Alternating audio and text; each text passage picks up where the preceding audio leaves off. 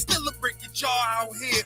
No fear, if you scared, get a motherfucking pit. Or sit up in the church, you a motherfucking bitch. I give you in the verse what I give you in a clip. It's 32 rounds of fire, it never quit. A lot of fuckery going down, so what's the purpose? Sick of hanging around these clowns, get out the circus. If you cross that line, then you get lit up. The worst is all black hearses, tinted with black curtains. Docs on site with medics and mad nurses. Leave us out your verses. You don't want that kind of war, ready for that bullshit, kinda like a matador. Get this kind of focus, you gon' need some Adderall, something just to lock you in behind them padded walls. They say I got some screws loose, and that's true too.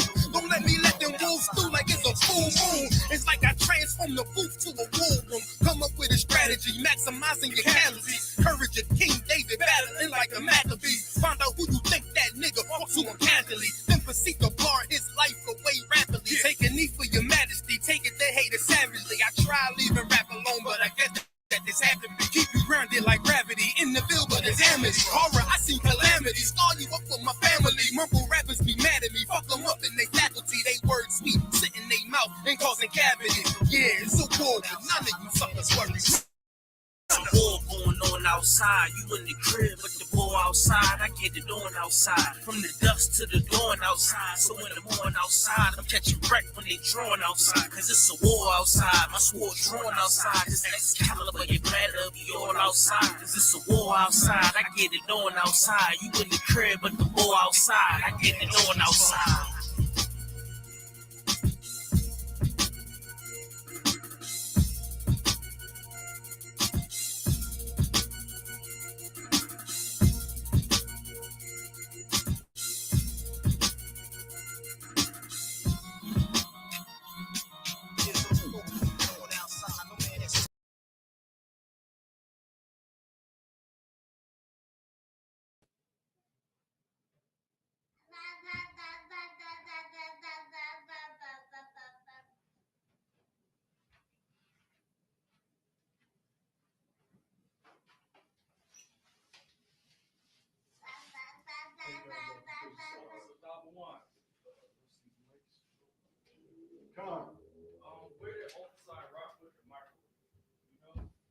Yeah, I do.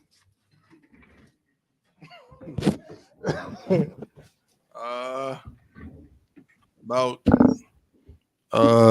6-7 minutes up the road.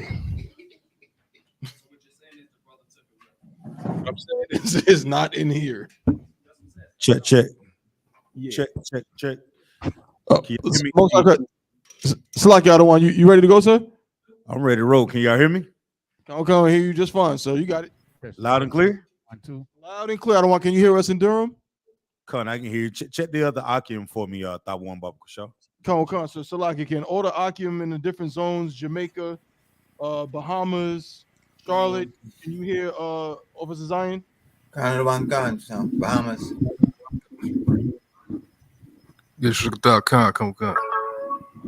Testing 1, 2, 1, 2. Kiawan, Jamaica, you hear Officer Zion Twab, Kiawan? Got one done, sir. Loud and clear. Everybody can hear me loud and clear? Con, so you got it. Hearing it loud and clear too. Con. Okay. Hearing it loud and clear.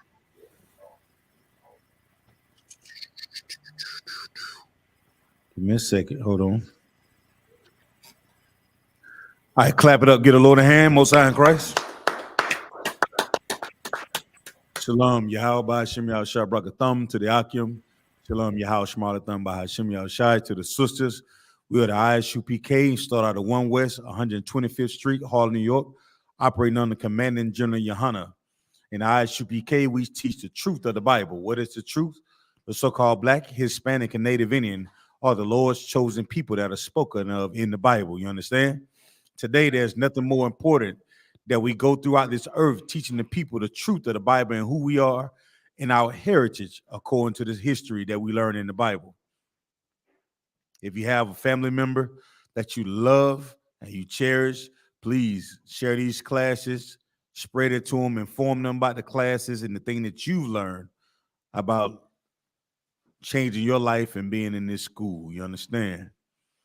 So with that being said, I'm gonna try to hold it down to Captain of 13,000. Captain Nayatap Banyamya come in. and we can rock and roll. All right. So, can anybody guess where I want to go before Cap come in? Hot topics. Salakia, sir. Go ahead. Come on, Yanazar. What do you think I want to get into before we get started? The brother Majors, what's his name? Jonathan Majors. How did you guess that, Yanazar? Because I saw the video, sir, and I knew we was going in on that. I saw the video of that chick chasing him down, and she was running in, and that oppressor was running in heels. She was in a full out sprint. You got to remember, she was running behind. What's his name? That wasn't Killmonger. No, that wasn't Killmonger. What he played in? What's the movie that he played in? Kang the Conqueror. He played in Ant-Man, Kang the Conqueror. Yeah, he played in Ant-Man. Yeah, brother played some. It just goes to show. You think you work your whole entire life to learn how to be successful in this empire, do the right thing, go to school, get an education, learn how to read, write, finances, being able to act, all these things that you've sacrificed to become who you are on this earth. And you know what really messed all of that up for that brother? Can anybody take a wild guess? What really messed it up for him? Salakia, sir, if I may. Come on, please. It's the fact that he's dealing with a heathen. I think that was the main. But I want to go into this as a way that we all could learn from this. Yes, that's true. She was a heathen and she was an oppressor's daughter. But what else that we should take from this? This is something that we all can learn. What else? That's Yanazar, you're right, but I want to see there's something else that I want to get into that I think is extremely important that we seen play out with this brother. Salaki, Come on. That we shouldn't deal with women above the nation except the nation of Israel, the 12 tribes. That's what I would say. But you're right. We should not do those things. I want to tell you, brothers, that you're wrong. You're absolutely right. We should not lay down with other nations. I want somebody to pull that scripture for me, right? Pull that scripture and hold it. I want you to pull that scripture for me, and we're going to get to that. But there's another point that I want to explore, Bible Kushah. Can anybody else think of that point?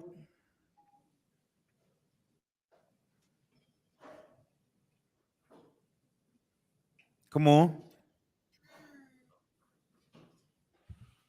Like I said, I got a scripture. I got a precept. I hold a scripture, but can anybody think of the point? There's another point that I want to, that this is something that we can learn as Black, Hispanics, Native Indians. You understand? We can learn the truth. So like the truth is everything that you've learned about the Bible, history, and religions is a lie, right? So we want to go all the way into it. All the way into it. Let me try to do this. What does society say about the other nations, Baba Kushah? About anything that have, come on, I ain't gonna give it to you. Come on.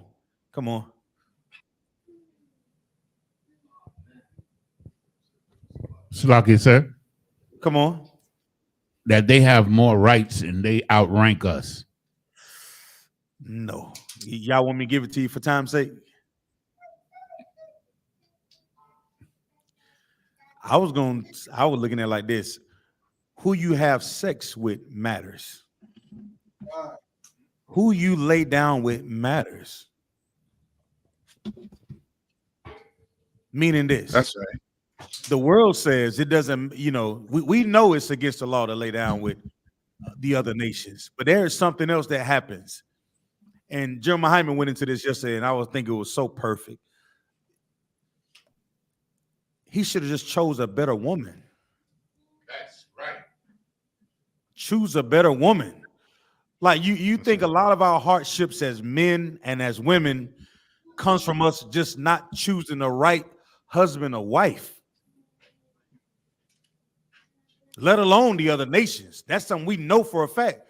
Like I'm gonna do like Paul said. That's something I shouldn't have to say, because those are the things that we teach every single day in this school about not laying down with the other nations, but being able to say, choose the type of woman or the type of man that would not cause this type of embarrassment or put you in a predicament that you could lose every single thing that you've worked hard for in your life, man. I'm sure we know men. Salaki, sir. Come on with it, brother. Salaki. Captain Nighthawk is in the building. Oh, Most High Christ. And with that, I'm gonna turn the class over to Captain 13,000, Captain Nighthawk Yummy. Man, you go ahead, man. Go on, man. I Cap. Hey, Shalom. I was just listening in, Aki. You go ahead. What's going on, Akim? Shalom, Yahweh, Bashim Yashai Brakathum, Yahweh Shema Bashim Yashai. How you doing? Tawab, sir. Tawab, sir. Karawanka. Tawab, sir. All right, no, sir. We was getting into Doing Tawab, sir. What's sign Christ? No, what's that story? Oh, that's with Jonathan Major, whatever you call him.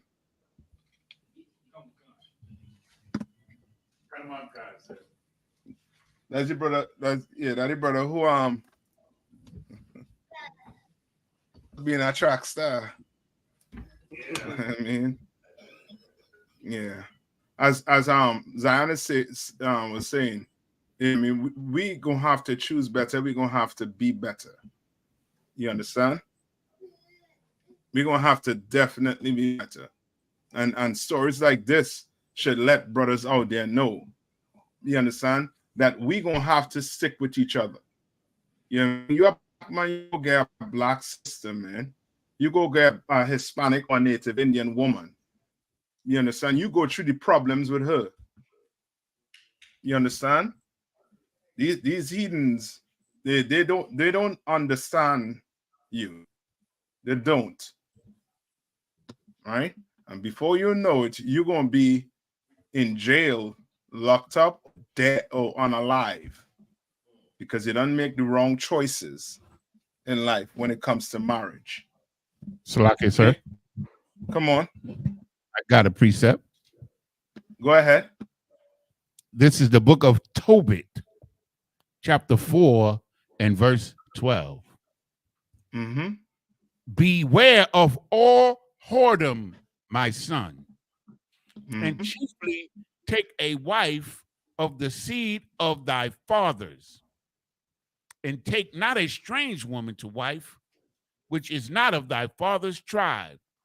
For we are the children of prophets, Noah, Abraham, Isaac, and Jacob. Remember, my son, our fathers from the beginning, even that they all married wives of their own kindred and were blessed in their children, and their seed shall inherit the land.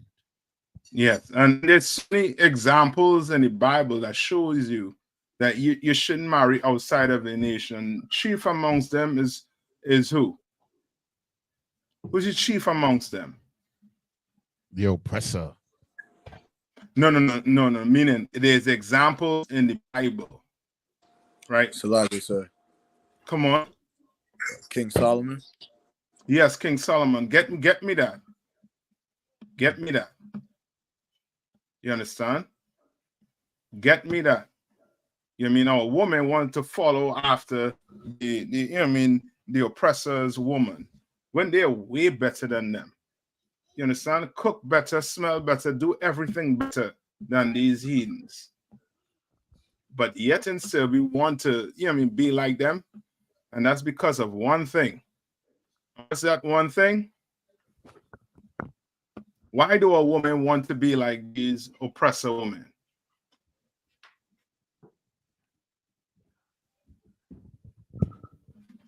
Anybody? Salaki, come on. Because she thinks that the oppressor's woman is greater and gets more love and has more fun. Yes, in other words, what? She's better. No, she's not better. Salaki, sir. Remember, she. Come on.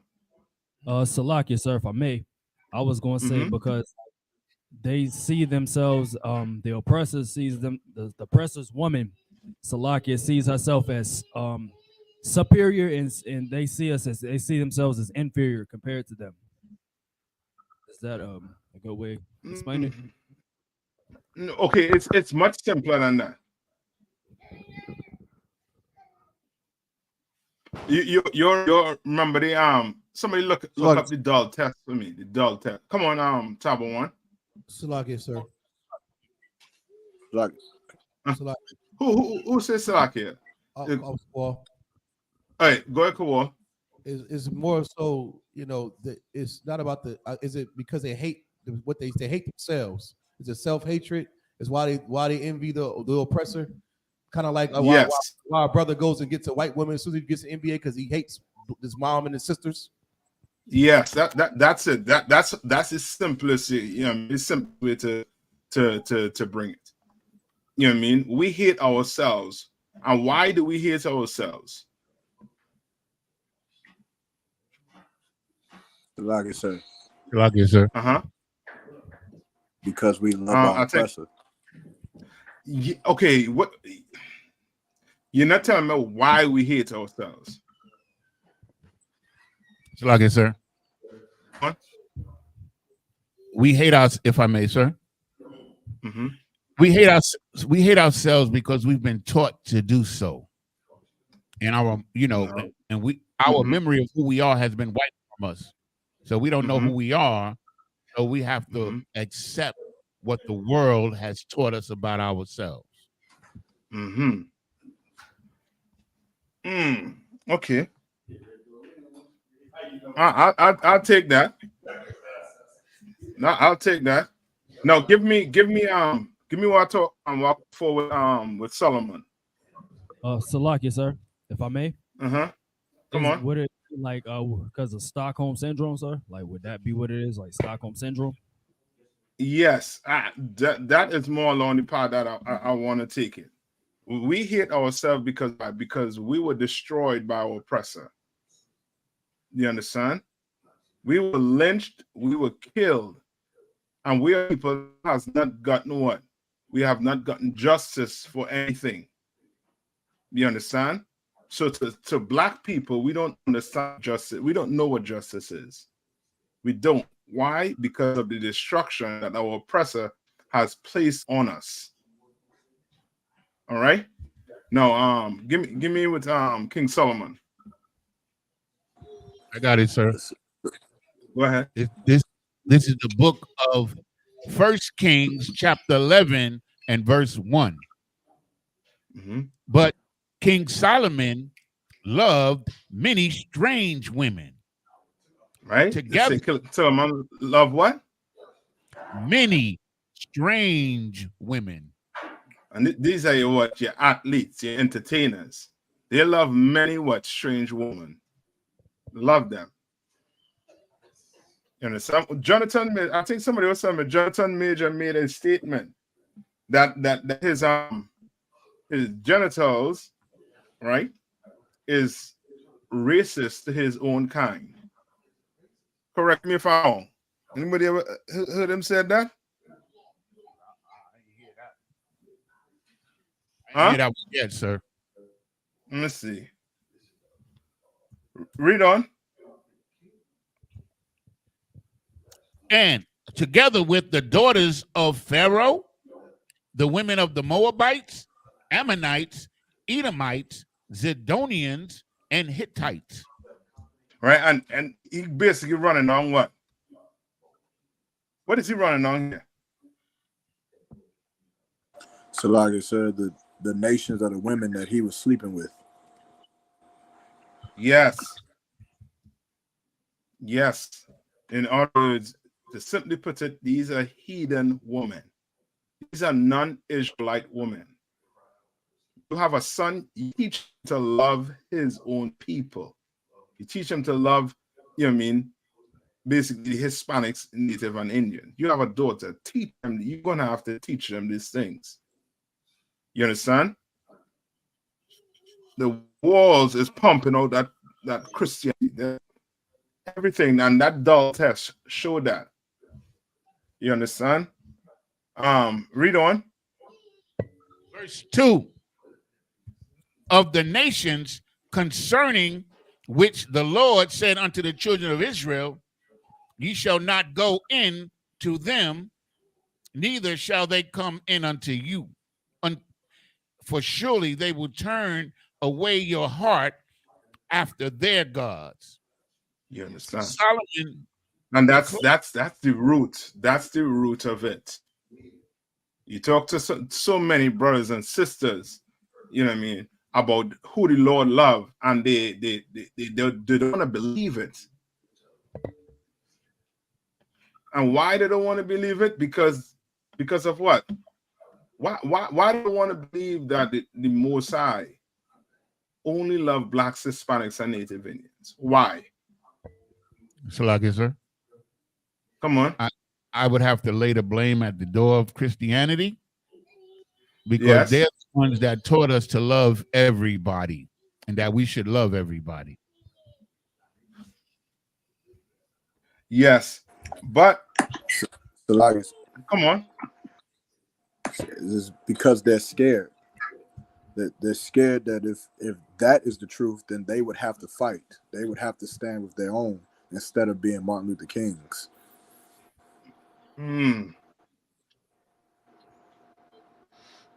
Okay. Salaki, sir. Come on. I would say they love everybody but themselves and their people. You all are right, but okay, read it one more. Read the last part over one more time, yes, sir. I don't want concert. You shall not go, Salakia, the nations concerning which the Lord said unto the children of Israel, ye shall not go into them, neither shall they come in unto you, for surely they will turn away your heart after their gods. Right. So now you have a brother, right? You telling them that black people are the best. The Lord love black people, Hispanics, and Native Indian people only. You telling them that, but he has a oppressor wife at home. What would be his reaction?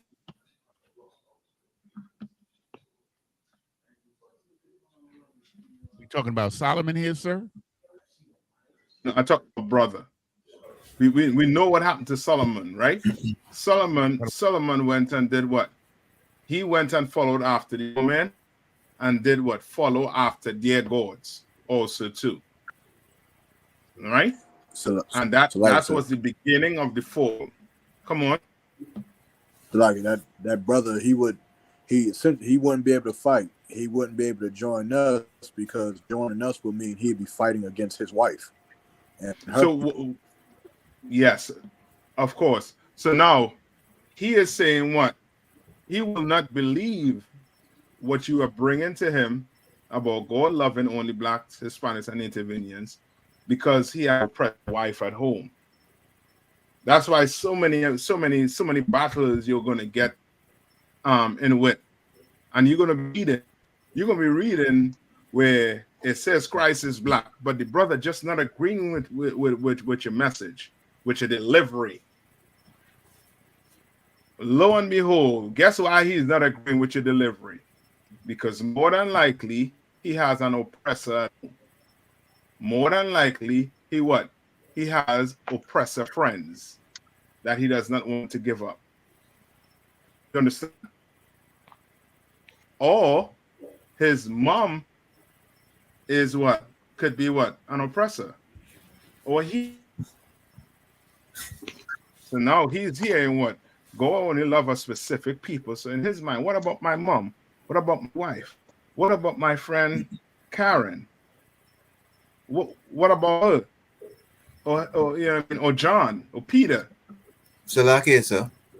Come on. If I may. After I found the truth, I was talking to two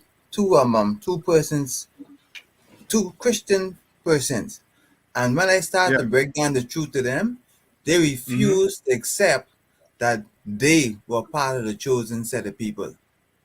They were so brainwashed and so beaten down, they refused to believe that they could have been the chosen person. They just refused to believe it. They rejected it. Yeah. Because you're gonna sit down and you're gonna show them everything, all the evil that the oppressor did, but they won't believe it. And sometimes, as I say, it could be what? It could be the fact that that some oppressors in their life. And the Lord is trying to tell you that these oppressors, they are going to make you what? Want to be a Christian. A Christian. You understand? They're going to, because you love them so much, because you want to give your love to them so much, you are going to what? Believe in what? Christianity. All right? And the Lord don't want that. He doesn't. All right? Read on it, sir.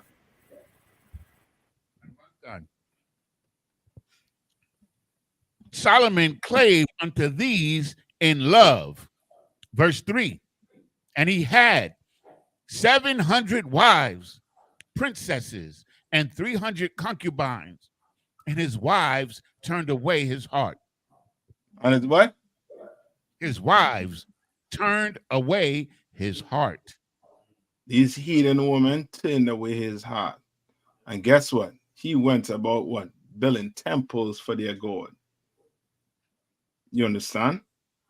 Like, it's always something you wanna zone in. Sometimes for a brother or sister might be the dietary law, or sometimes it might just simply be they just love oppressors.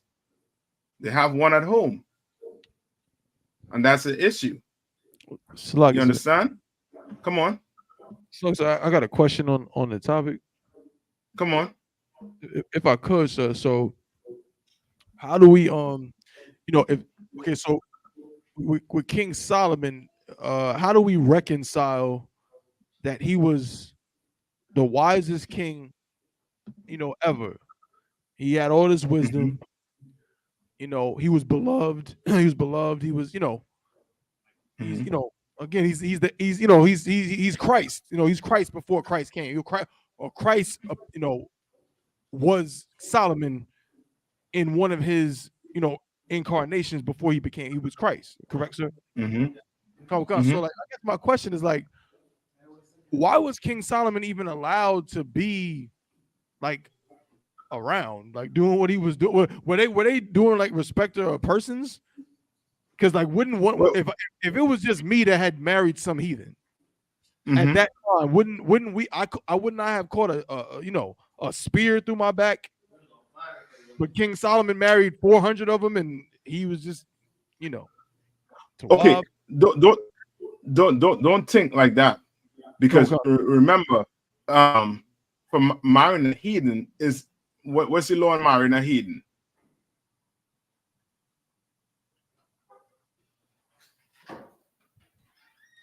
Meaning, what's the repercussions? What's the repercussions? It's like, sir, if I could.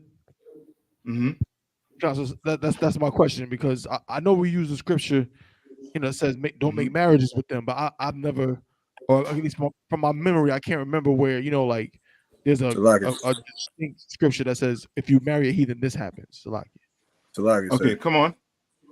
Is it that the child will be they wouldn't be able to pretty much exile for certain generations? Yes, that's one of them. Your child will not be able to enter into the congregation. But I think, find it for me, until the fourth generation or something like that. Find that for me. You understand?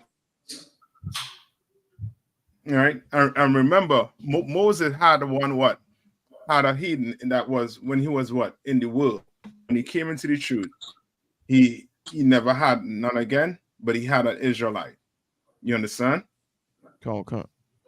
So it's not to say that you're going to get your head chopped off, but it's a law we're not supposed to do it. Sir. You understand what I'm saying? Just think like okay, like the laws separated you from what? These laws that the Lord make, it was to separate you from who? From sir, from heathens. Yes, but from the Egyptians, if you want to be specific. Okay. You understand? Which is in essence the heathens. Because everything what the Egyptians did back then, who's doing it today? America. Understand? That's why the Bible is the most sought after book on the planet Earth, because it's relevant today in 2023. It's relevant. You understand? All right? Now, who got it for me? Anybody find it? Deuteronomy 20. It's Deuteronomy 23:8. Go ahead. It says, the children that are begotten of them shall enter into the congregation of the Lord in their third generation. In their third generations. And a generation is how much? How much years? Approximately how much years? 100. 40 years. About 40, approximately 40. So in other words, you ain't coming back. Your son, then your son, then possibly you. You understand? That's what, how much years pass? Approximately what? 120 years, approximately, roundabout. You understand? Right? Ain't coming back until then in the congregation. So which means you were treated as a what? A bastard, sir? Yes. Or what you would consider a heathen. You were treated as a heathen. It was known that he was not supposed to be doing this, and he went off. That's why the Lord did what? What did the Lord do? Tabon, what did the Lord do to Solomon? So he basically he rent the kingdom from him. He split the kingdom, you know what I mean, and from he split the kingdom in two because of Solomon's actions. Yes. Come. So to let it be known what he did was what? Was wrong. He was not supposed to do it. There is a repercussion. And that's that's something, you don't want to mess with. You understand? Come on. What Thabawan had asked earlier, could we use this precept with a story in Esdras when Thabawan asked about how do you make sense of him being the wisest man to ever live, all his knowledge, but he was succumbed to women. But in the Apocrypha, first Esdras says the woman is more powerful than anything. So even it gives women, man, you gotta be careful. Like wisdom and knowledge is one thing, but all those wise men, they had answers, but the women was the strongest of all things. Yes, you're right. And I was coming to that also too, with what you said, Tabon, with Solomon being the wisest man on the earth at that time. You understand? But Christ was the wisest of them all. You understand? Right? Now Solomon, even though he was the wisest, what happened to him? And this is something you want to pay attention to. And this is something you got to, when I say pay attention to, meaning these stories in the Bible, we just can't take it lightly. The oppressor, he takes it as bedtime story that you tell his sons and the daughters. You understand? We live this. We live this life. So we have to take this in differently. We're going to accept this differently. You understand? Because we live it. Right? Now, come on. Would you say he got convinced, he got pulled out of the truth by those women? Yes, I'll take that. You understand? I'll take that. All right? I'll take that. Why? Which means what? Give me a precept. So like I said, where it says, "Give not your strength unto a woman." No, That's he didn't give his strength unto a woman. To give his strength unto a woman is basically you doing what? You catering to her. It was beyond that. It was a bad choice. He made a wrong choice, like Jonathan Major. Like what's his name? Like Tiger Woods, like O.J. Simpson. So many more brothers and sisters. Like what's that sister name? Serena Williams. Serena Williams. The other sister too, who into this politics. Forget her name. Candace Owens. You understand? Right? No.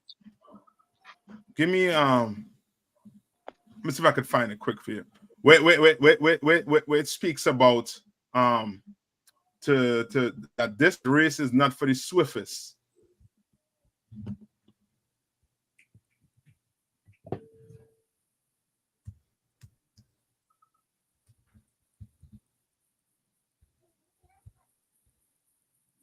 You all know what I'm talking about? Khan, sir. I believe it's Ecclesiastes chapter 9 and 11. Go ahead and read it for me. So like, so I gotta try to find it. 1 second. Somebody put it. You go down from you. I think something with your audio. I hear myself. Ecclesiastes 9 and 11. I got it, sir. This is the book of Ecclesiastes, chapter 9, verse 11. I returned and saw under the sun that the race is not to the swift, nor the battle to the strong.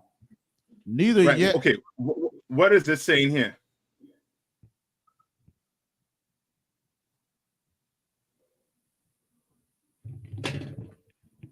Salakia, sir, if I may.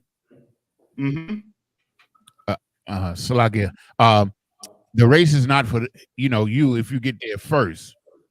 To get there quick is not the end of the race. Okay, it's not like that. Okay, so if you know what I mean, if I was to be in 100 meters with what's your brother name? Usain Bolt, right? That race is for what? The swift. Yes, that race he's about to run is what? It's for the swiftest. That's a race for the swiftest. But this race in the truth that you're running ain't a race for what? The swiftest. You understand? But it's a race for who? Read on.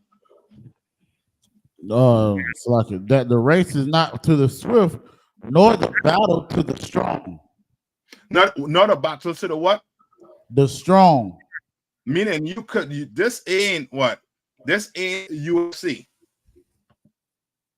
or a boxing match. Understand? Or them what's the sports that the strongman sports? This ain't that type of race or that type of competition. Read on. Khan, neither yet bread to the wise. Neither what?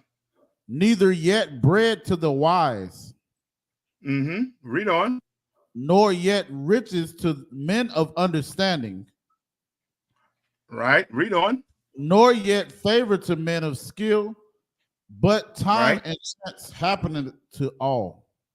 So like but what? But time and chance happening to them all. Right.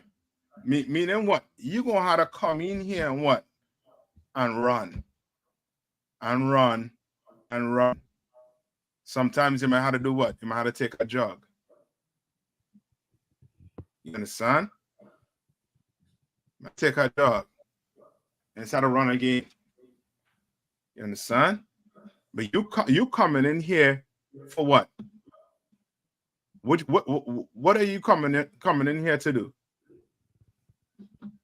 To do what? So, like you said, to do the work of the Lord and go to the end. Yes. You coming in here to do what? Give me Matthew 24 and 13. That's your mission. So like I said, if I may, like, so the first part of that where it says is not to the swift, like this would be a cut to the people that would be like, you know, Christ ain't returned yet. You know, they so rushing to get Christ's return, but we still got people on crack cocaine. We still got people living under bridges, living under, you know, on park benches and things like that. Yes. So it's a race, but it's like we're not too quick to run this race because we still got to get everybody in the damn race because they don't even know who they are. Yeah, they know they're in a race. So like black people don't even know they're running a race. Come on. I thought.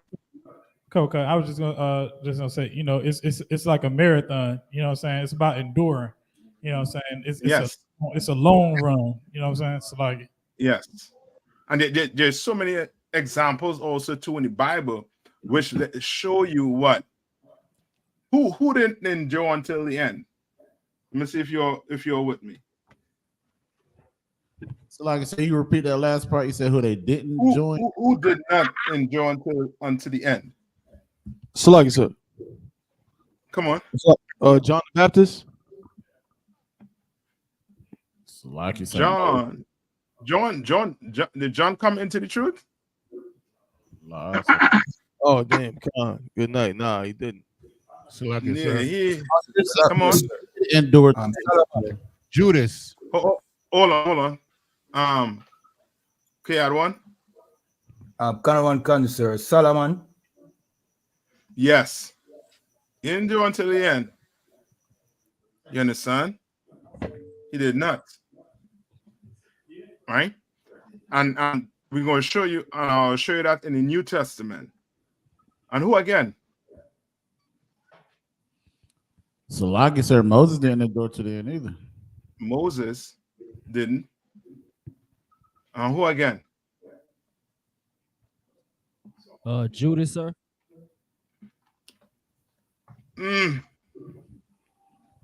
Judas. I'll take Judas, but Judas was never in the truth. That's how I'll put him. That's how I'll put it down. He was never. You understand? Because if he was with Christ, then he would what? Would have never left, sir. Yes, he would have been with to the end. Who about you? 24 for me. Salakis, I'm holding it. Go ahead. It's the book of Matthew, chapter 24, and verse 13. But he that shall endure unto the end, the same shall be saved. The same shall be what? The same shall be saved. The same shall be saved. You have to endure until the end. You can't come in race and start a run. And then you find the race too long. So you decide to, make a stop somewhere. You decide to what? Leave the truth. You understand? Because the race too long. You feel like you're in a cage. You know what I mean? He not around every weekend. He's gone. I need me a new man. I need a change. Because you can't endure. And the Bible is saying what? What? This is Christ speaking here. What is Christ saying? Kanwakan, this is the book of Matthew, chapter 24, verse 13. But he that shall endure until the end, the same shall be saved. The same shall be saved. You all remember Jehu? Who was Jehu? You remember Jehu?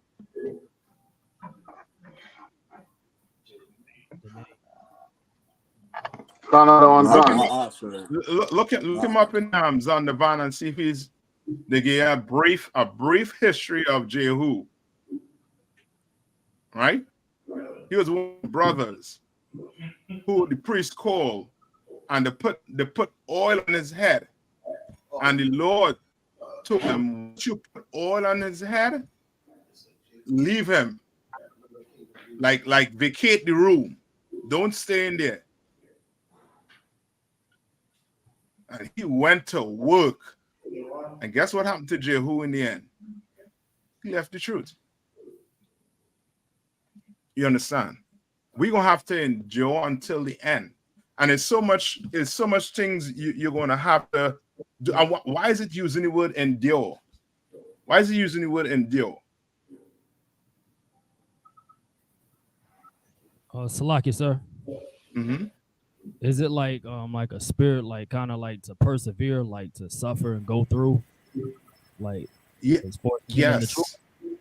yes.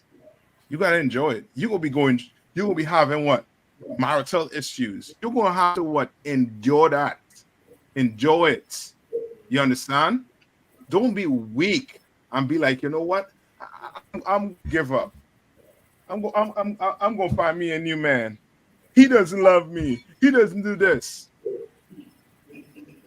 There are things put in place in this school where you could do what? Go get marriage counsel.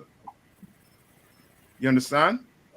You can simply get counsel on things that you're going through in life. You understand? Like you gotta endure until the end. Meaning this what you're walking in ain't no cakewalk. This ain't, you know what I mean? This ain't your Christianity where, you know what I mean, you can do anything anytime you feel like, no, can't do that. It will come days when you want to stay home, but you want to get in that vehicle and head to the school because the school needs to be open. You're going to have to do it. You understand? You're going to have to do it. You're going to have to endure. You understand? You sisters, you're going to be working, what, 9 to 24 hours, and you're going to have to come home and you're going to prepare food for them brothers for the Sabbath service, for the high holy days. You're tired, but that is your job, and you're going to get it done because it's needed. It's needed. You understand? And here, you're going to have to do it. How many how was America built? How America came around? Salaki, sir. Come on. Rape, robbery, and murder. Yeah, we know that part of the history, but that's not part the so-called oppressor teaches his kids. What part they teach their kids?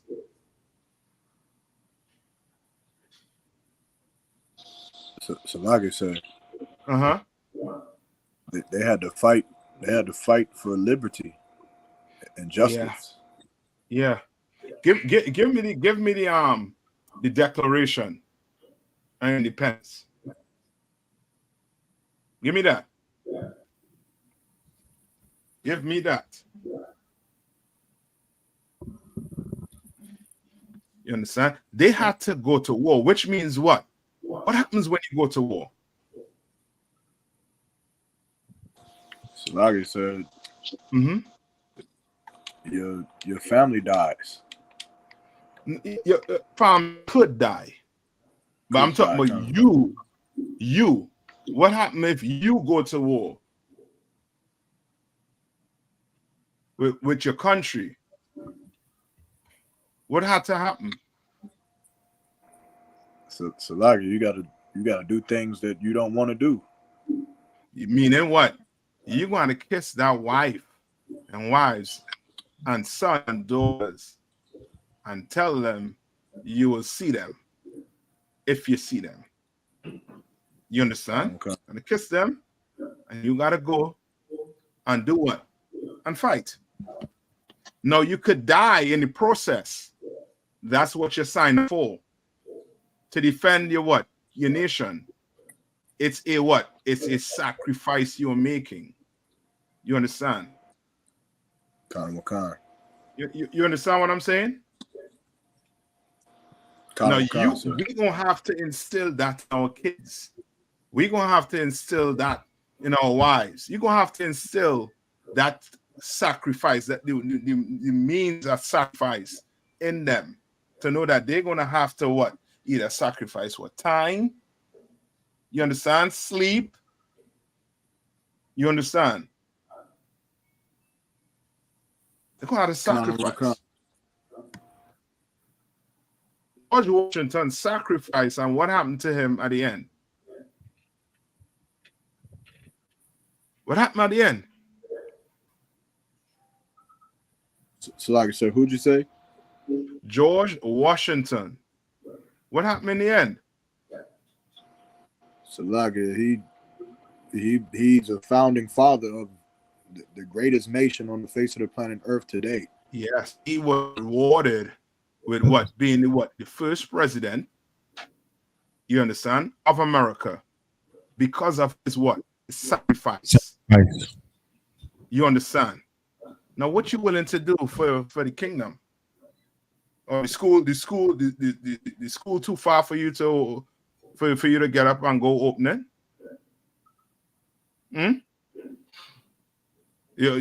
You crying because your husband, you didn't see your husband in 2 days. You didn't spend any time with me.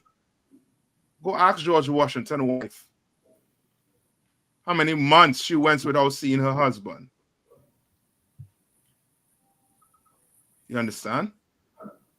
You want to say you're better than the oppressor woman, and you can't go 1 day without your husband? Salaki, 1 minute, 1 second without him?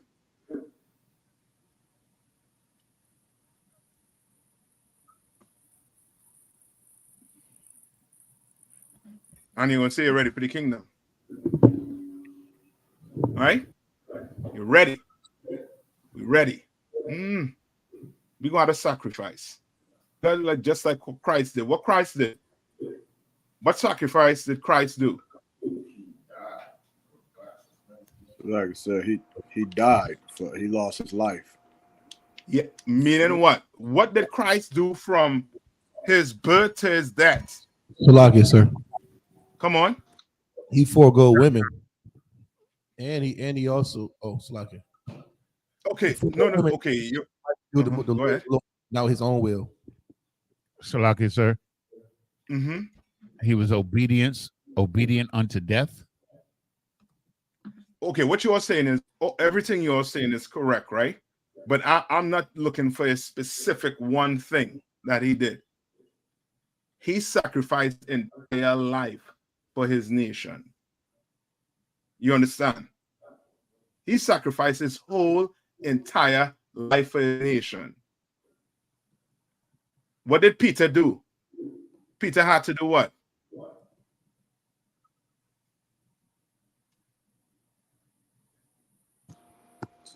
So like I said, come on.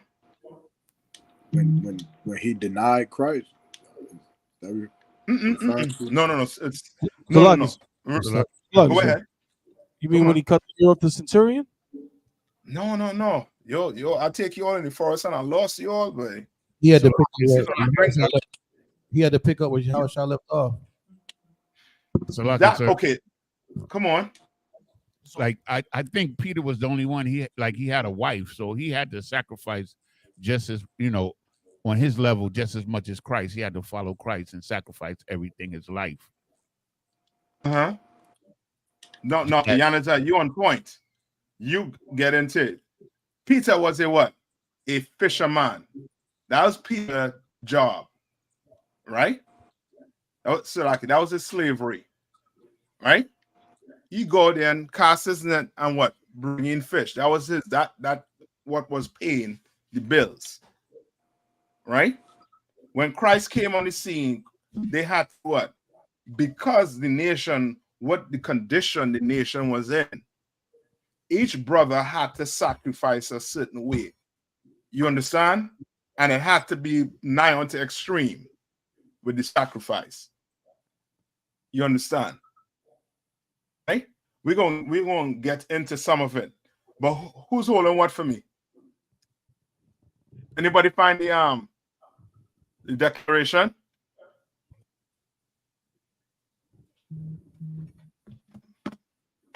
It's a class. Let me see if I can get it.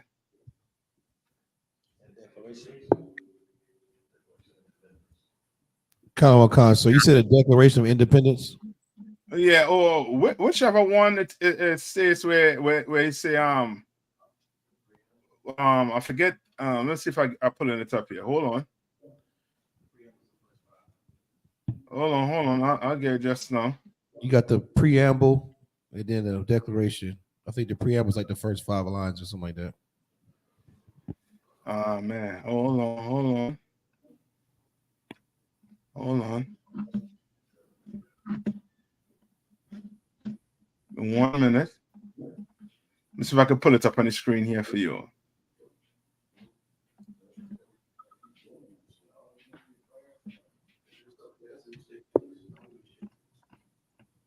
Okay. Cool. Read it for me.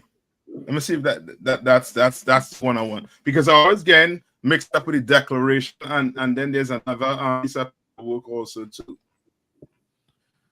It says, we hold these truths to be self-evident, that all men are created equal, that they are endowed by their creator with certain inalienable rights, that among these are life, liberty, and the pursuit of happiness.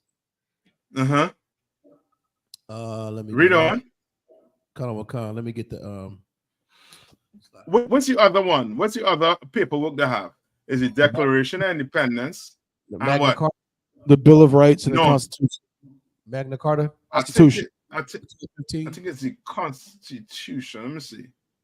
I think it's the Constitution. Hold on.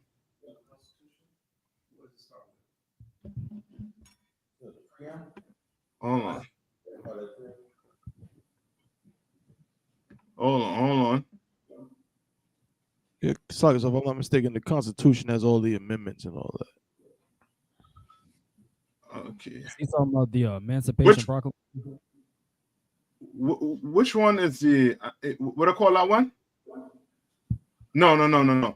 Is the one where it says that how it goes. Man, I always getting mixed up with this, man. Is it the one with the amendment, sir? Like, got the amendment for slavery, where it says that slavery is outlawed except for if they're a prisoner. No. Not that one. No, not that one. Come on, man. Hold on. I'm gonna find it for you. I know that.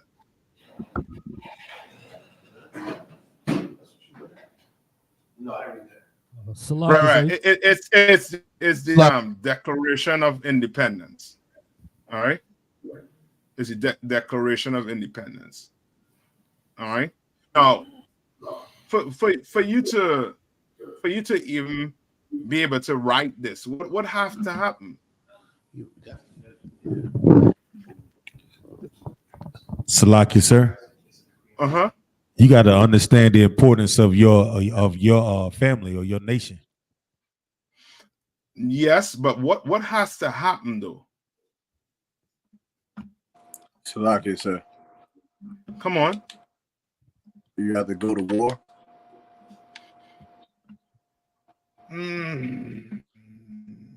Yes, I'll take that. You have to go to war. But we're going to war, right? It requires what? A mindset. Not S word. Not S word. Look up the meaning of sacrifice. Separation, sir. Look at the meaning of sacrifice.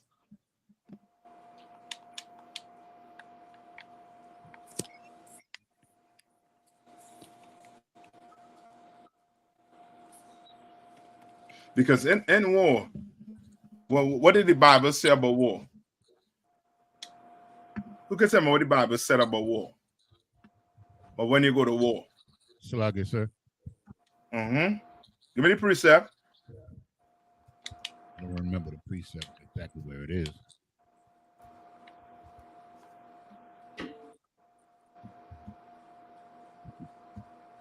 So like you said, that's no man counted the cost of war. That's what's going with it.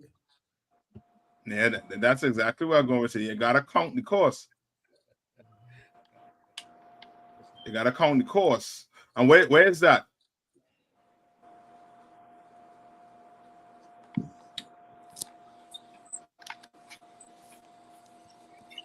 Yes, and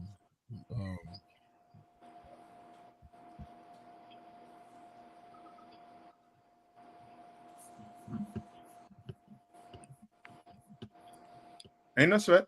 Let's get this right here. Right? Somebody read this to me. You all can see it on the screen, or it's too small? Whoever behind a laptop might be able to see. Let's blow it up. Let me see if I could blow it up. Can I blow this up? Send a link to me or somebody. I'll read it. Sluggish, I can read it, sir. Go ahead.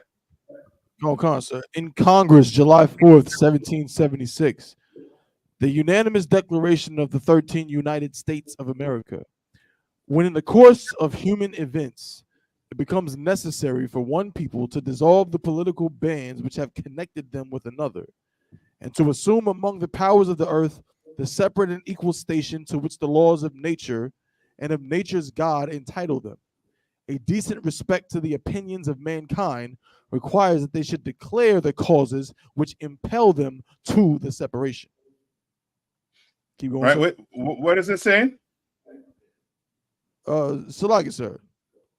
It's basically saying, you know, when a time comes where people need to separate from, you know, the connections or the political connections they have with another people, they should at least state why they should separate.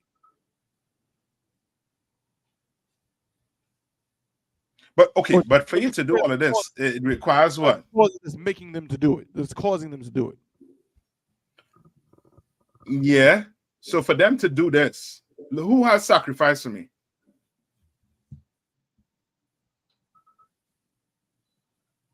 What the definition? Come on.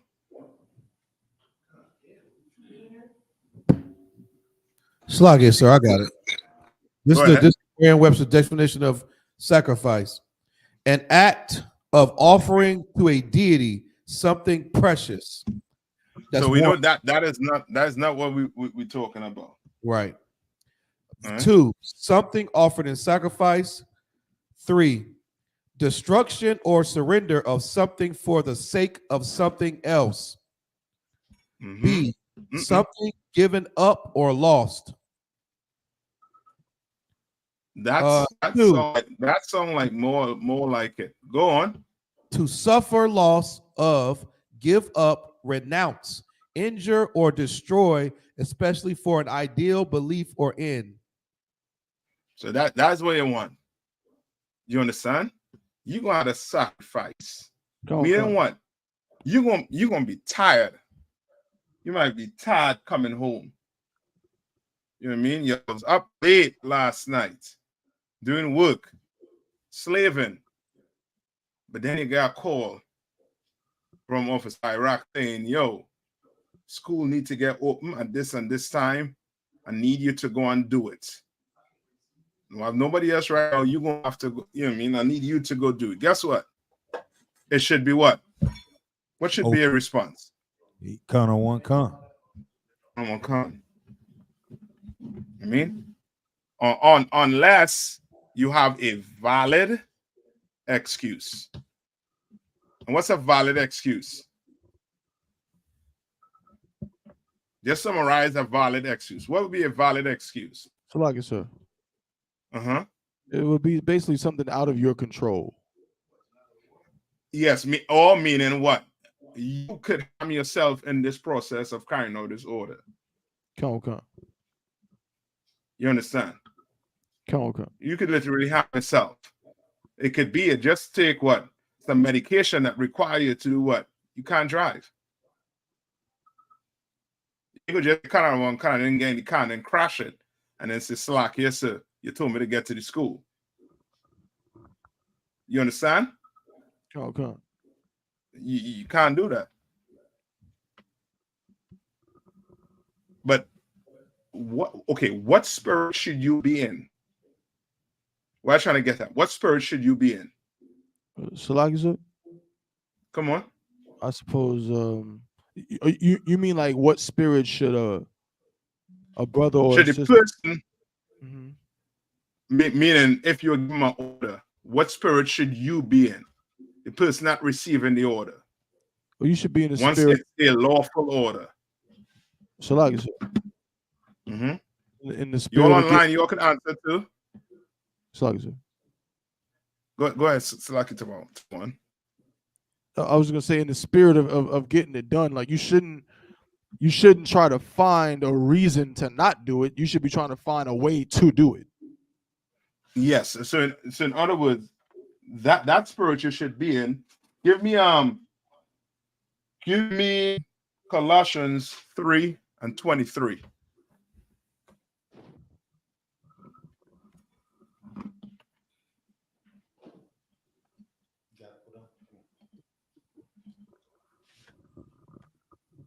All right. So like I said, come on. It's Colossians chapter 3, verse 23. And whatsoever you do it heartily. Do it what? To the Lord. Heartily. What does heartily means?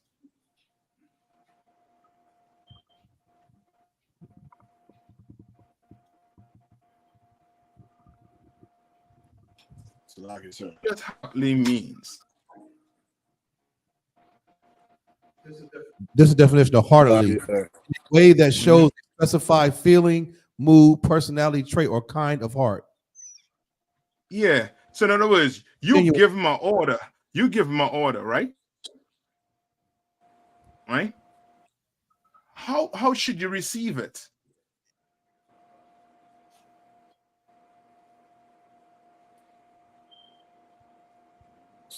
Or brother asks you, you know what I mean, to carry out a job. Come on. It's like you should be like I don't want to say happy, but you should want to do it. Why you don't want to use that word? Oh, I just didn't know how it would sound, but you should be happy to do it. You should be happy that the brother even consider you a soldier to be able to get the job done. Yeah, why not? It could be as simple as you going to the store to pick up an order for the brothers. Yes, Hawan. Those are good those are good words. All right. Come on. Okay, so well, now with that being said, now how would that apply for as I mean, because we understand, every order you get, you're not gonna like, but you still carry out the order, so how would that apply? I'm gonna just make up something. If you gave me an order, to drive to California to go pick up something to come back to North Carolina, of course I wouldn't feel like doing it, but I still do it. It's, the right thing to do. Would I still be in the wrong at that point? If you understand what I'm asking? Okay. Did you carry the order out? Gone. Yeah. So, which means what? You did what? You fulfilled the order, right? Yeah. So, ain't no problem with that. As you say, you may not like the order, right? Come on. If I could just piggybacking off that question, I know you're answering it, but if I could, what Officer Kapayev is asking, like, what if you give him the order to go to California to pick something up and bring it back to North Carolina, and unbeknownst to you, while he's driving there, every 30 seconds, he's just like, this mother right here, you know what I'm saying? Like, yo, you know what I mean? Like, this is bullshit, you know what I mean? Like, I know I'm an officer and all that, but he couldn't get somebody else to do it. Here I am. I'm in Arizona right now. He's just complaining the whole time. Then he come back and say, I fulfilled the order, sir. You say, most time crazy. He says, count on one con. And you never know that he was complaining the whole time. Did he still do it heartily? Okay, no. What you're saying, he didn't do it heartily, right? That's what you're describing there is somebody who has who has an oath with me and he should come to me. Oh God, sir. He is offended that I sent him across the earth. Very emotional as well, out of one. Yeah. You understand? And that is going along the line that I'm going to. You do not want to be the brother every time you give him an order, you hear a scoff or a grunt. And feel as if the person who giving you the order, it's a burden. That is not a good look as an officer. You understand? Most of you have, I mean, some of you brothers who have wives, you do not want to give your wife an order and she, you don't want that.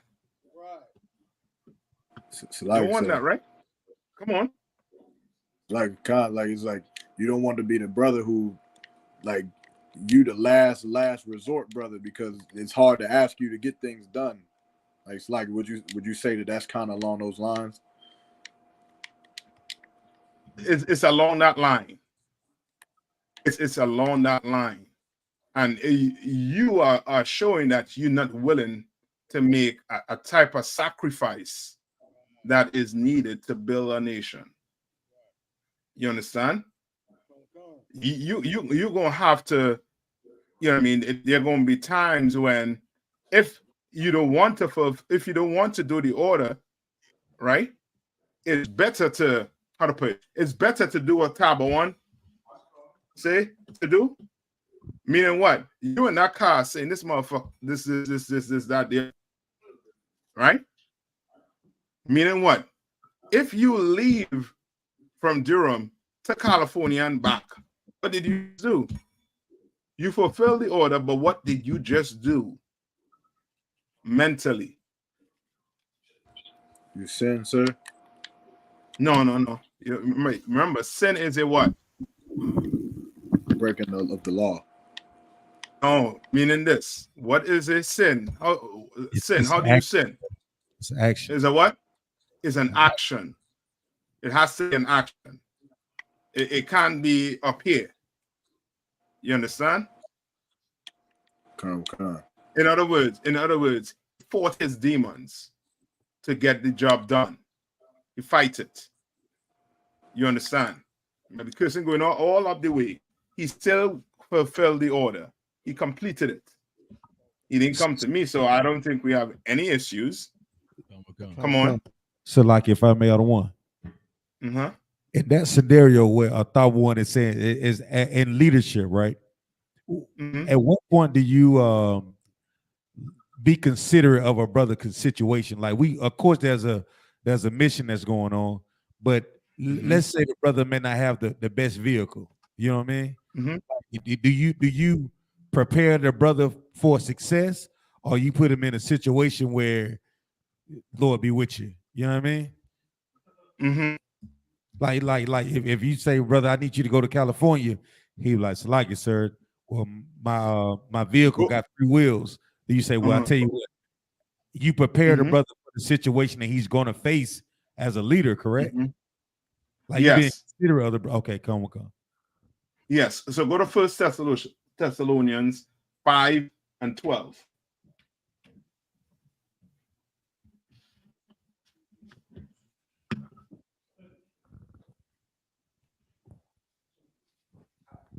Salakia, so you said 1 Thessalonians 5 and 12?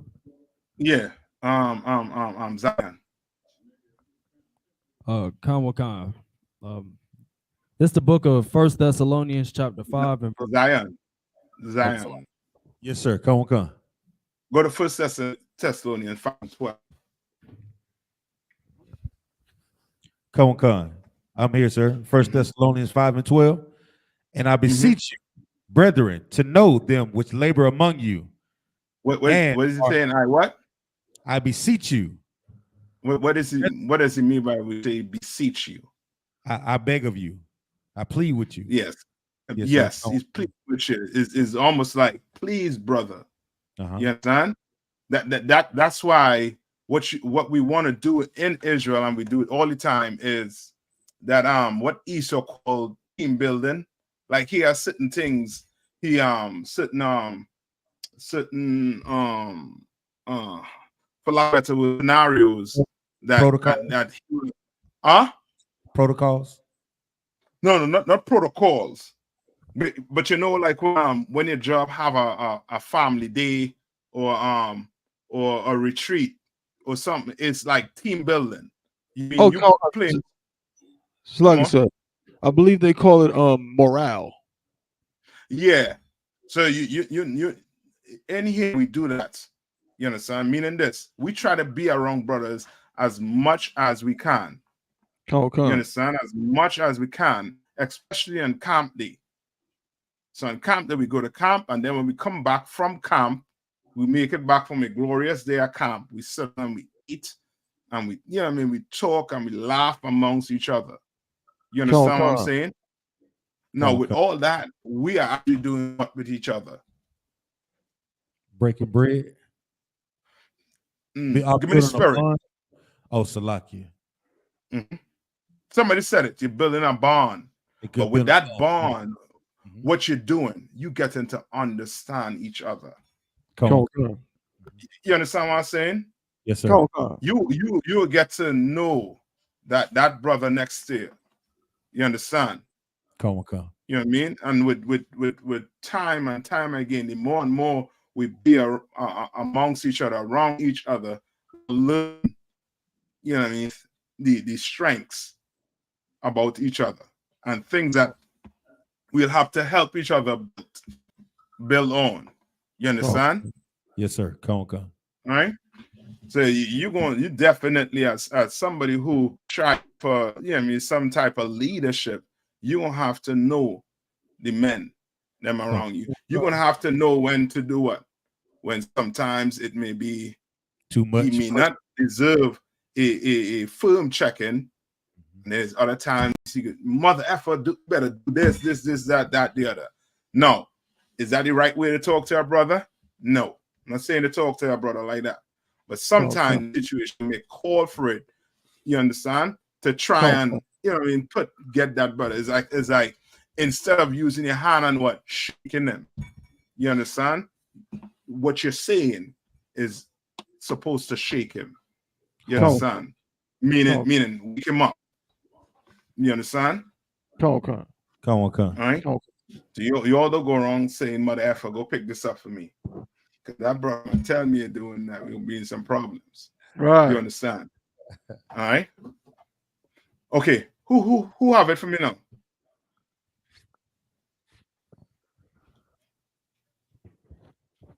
You still want to finish 1 Thessalonians 5:12 out of 1? Or you want to move on to the finish it off. And I beseech you, brethren, to know them which labor among you and are over you in the Lord, and admonish you. Right? Come. You understand? So now you is basically he trying to get to understand the spirit behind it is, you know what I mean? Know the brother that next to you. You know this brother, his car ain't, you know what I mean, his vehicle, you might be able to make it, you know what I mean, where you want the destination you need him to go. Then you may have to see other ways. Maybe you might have to rent a car. Who knows? Maybe you got another brother to do it. All right? Come. The water, sir. But know that brother. You understand? And it comes with, you know what I mean, with the same thing with the members. We all are what? One body. You understand? But in that body, you have what? A hand with fingers, eyes, nose, mouth, everything. And everything on that body work towards doing what? Work for betterment of what? That body. So I don't use my foot to go where? Into a strip club. I use my foot to do what? Go and sit down. Yes. You understand? That's right. I don't use my hand to pick up a blunt. I use my hand to do what? To now feed black people. You understand? I don't, you know what I mean? Now I use my eyes, my ears, everything I'm using is for this body. It's for blacks, Hispanics, and Native Indians. Every sacrifice is for them. You understand? Yes, sir. Right? Esau don't sit down and teach his sons that his forefathers, you know what I mean, assaulted women, assaulted men. He don't sit down and teach them that. You understand? Remember that oppressor from last week where he said we won? He teaches his kid that they won. You understand? And what they do to win, the sacrifices they had to go through to win. You understand? But we now will teach our kids what happened to us and who our enemy is and what we should do as Blacks, Hispanics, and Native Indian so that never happens to us and that we grow into a mighty nation. You understand? And it's going to require what? Lots of sacrifice. You understand? Go talk to your doctors. Go talk to your lawyers. How do you think they became doctors? How do you think they became lawyers? What do you think they had to do? They had what? What you will call what? Sleepless nights. Do you understand? Up late at night. Studying. Going to classes. Like you know how to do it. You understand? Or else, guess what? Guess what's gonna happen? Like like just this a simple scenario. Let's use school as an example, right? Let's use this school as an example.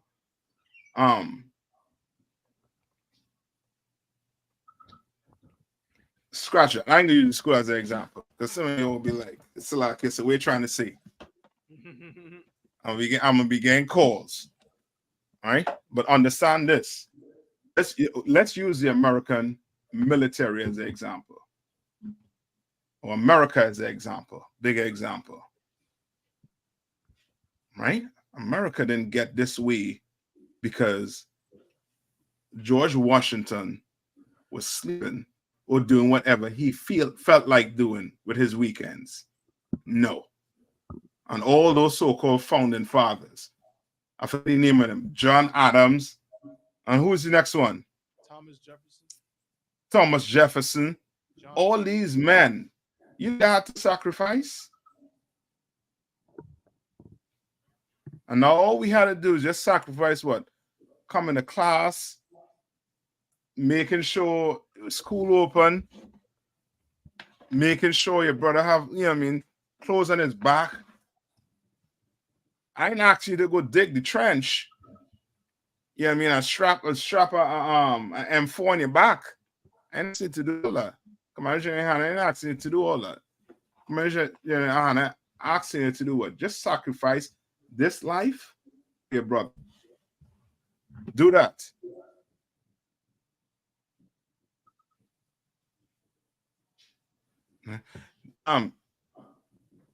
Tabo, read this for me here. Let me see what he's saying here. So, like, sir, this officer by eyes and question. So, like, sir, what should a brother do to not burn out if he feels overworked or stretched? Pause to the limit, but more and more is being required of him. Salakia, sir. Salakia, sir. If I could, I'll kind of piggyback off the brother's question with something you taught me. You know what I'm saying? A few years ago, sir. If you don't mind, sir. Come on. So, like, I just remember you know what I'm saying, telling me that, basically, if you feel burnt out or you feel, overworked or you got a lot on your plate or whatever, say something. That's what it is. You go to the men above you and you say something. Say, Salaki, sir, I'm working overtime as a slave and I gotta be in class, 4 or 5 days a week, and I gotta be at camp and I gotta be in Passover counseling. So can I get a break? Can I get a day off? Can I get, something just you gotta open your mouth. Closed mouths don't get fed. You gotta say something. Yeah. You know what I mean? If your camp leader, you know what I'm saying, if the captain above your zone is, he gonna hear you out. You know what I mean? And he'll see your situation, of course, and deal with it accordingly. But you got to say something. Otherwise, if you don't and you try to bottle, keep it in, pause, and just try to say, well, I feel burnt out and I'm overwhelmed, but You know, I don't want to be looked down on or whatever. You hold that in, guess what? You're gonna end up hating the truth. That's what's gonna end up happening. You're gonna end up hating this truth, and then you're gonna be blaming whoever's over your zone. And really, if you'd have just said, "Hey, Salaki, so can I get a couple days off?" 3, 4, 6 months, a year ago, you might be okay. You know what I'm saying? But you got to say something, Salaki, so if I could. Yeah. Or else I'll tell you, I mean, let your captain change or let the officer over change the battery in your back. Maybe it running low. You understand? You're going to have to open your mouth and say something. This is a brotherhood class. This is where you're learning how to be brothers. You're going through anything, you're going to have to step. Don't think, you know what I mean? The brother above you, he has a crystal ball and he can see into the future. He can see into your bedroom, into your house. He can't do that. So guess what? You are going to have to open your mouth and speak. What did you learn in the school? What have you been learning in the school when it comes to communicating? So like what's the precept? Pull it for me. You said precept that messed me up. I'm gonna paraphrase. So like pull that precept.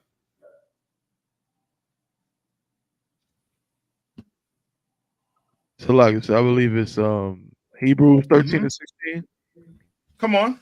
Come. But to do good and to communicate, forget not. Yes, for that's it. Sacrifices, the Most High is well pleased. With what?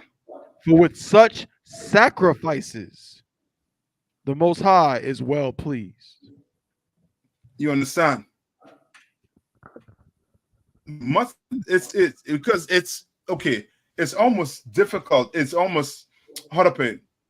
I always say it's not difficult, but it's that pride in that sometimes in a man that makes him think if he goes to the man above him, his camp leader, and explain to him his situation, he believes his camp leader is going to look at him as being weak.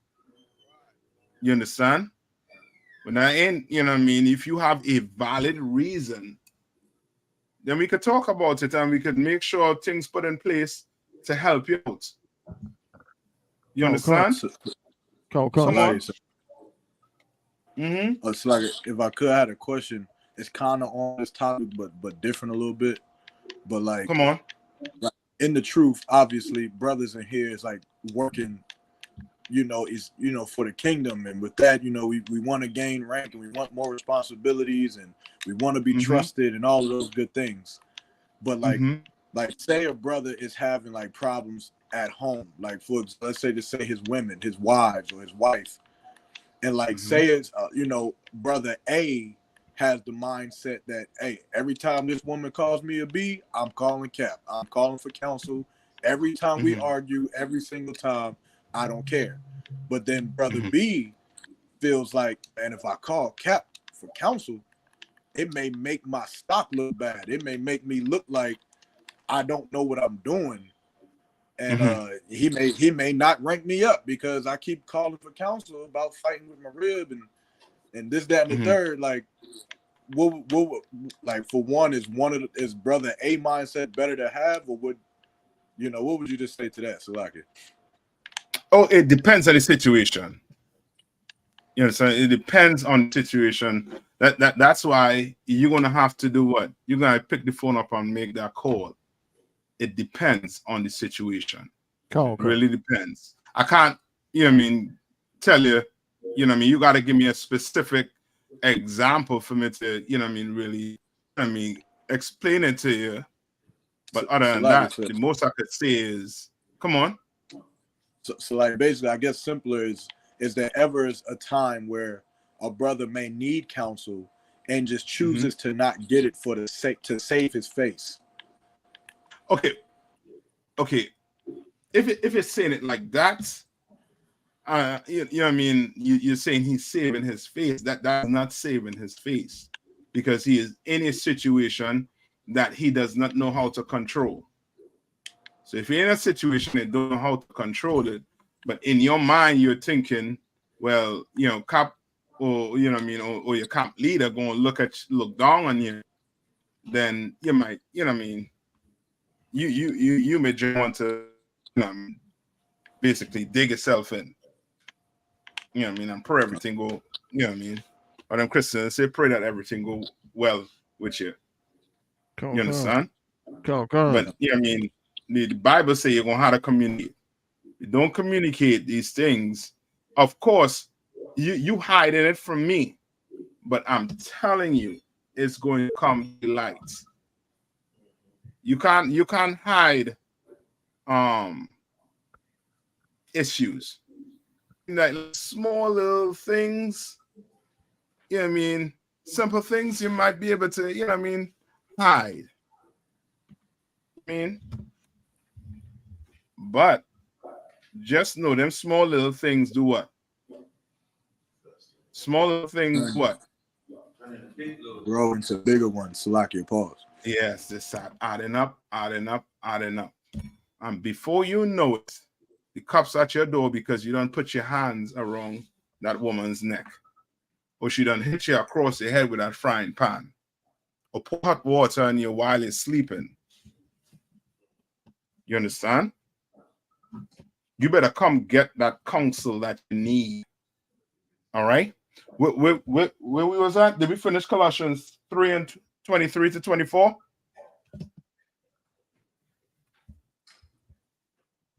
Right, so in other words, just come get the counseling, man. Let the person who you're asking the question decide whether or not it's, you know what I mean, it's easy or hard. You understand? The mere fact that you're going through issues in your house is because more than likely, yeah, I mean, you need some help. You might need some marriage counseling. School has that for you. You know what I mean, at your disposal. Come on. Why are the Colossians, man?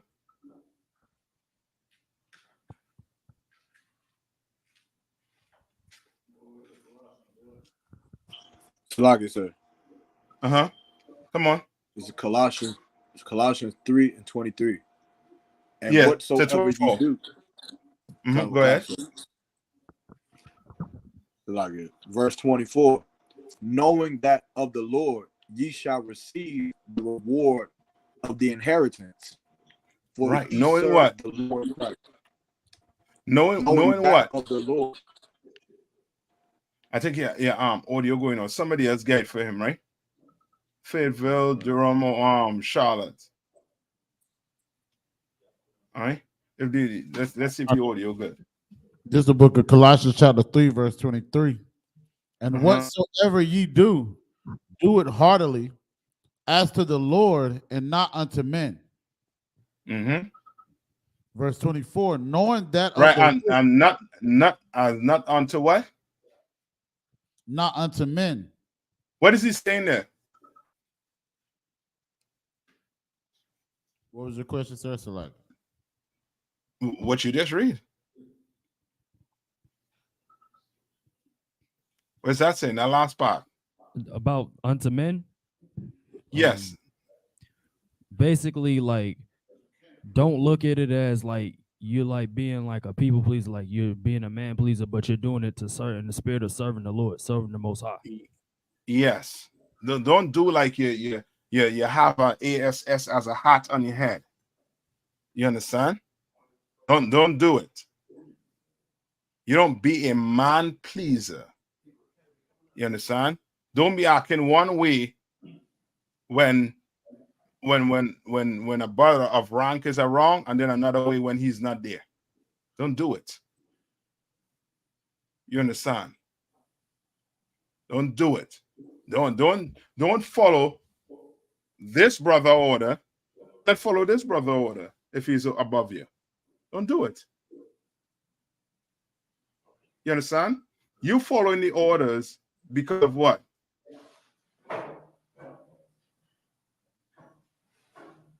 Why are you following the order? Why? I should say, why are you doing this work? Is it to prove your grandmother wrong? Your mother? Why are you doing work?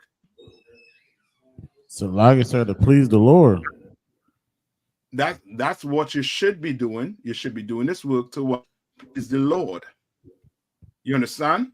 Come. And now, when somebody give you an order or you're told to get something, you're not looking at it as if you're doing what? You getting this for this person. You're getting it because of what? Because of what? To serve the Lord, sir. Yes, you're doing it as if the Lord tell you to do it. You understand? You those of you and I, that's not what you want. When you give your wife an order, you don't want her to follow it as if the Lord told her to do it.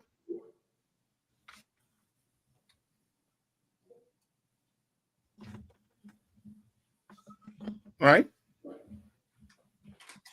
You want that. So you better do it too. You don't pick and choose who you want to follow in here. You understand? You don't do that. You look weak when you do that.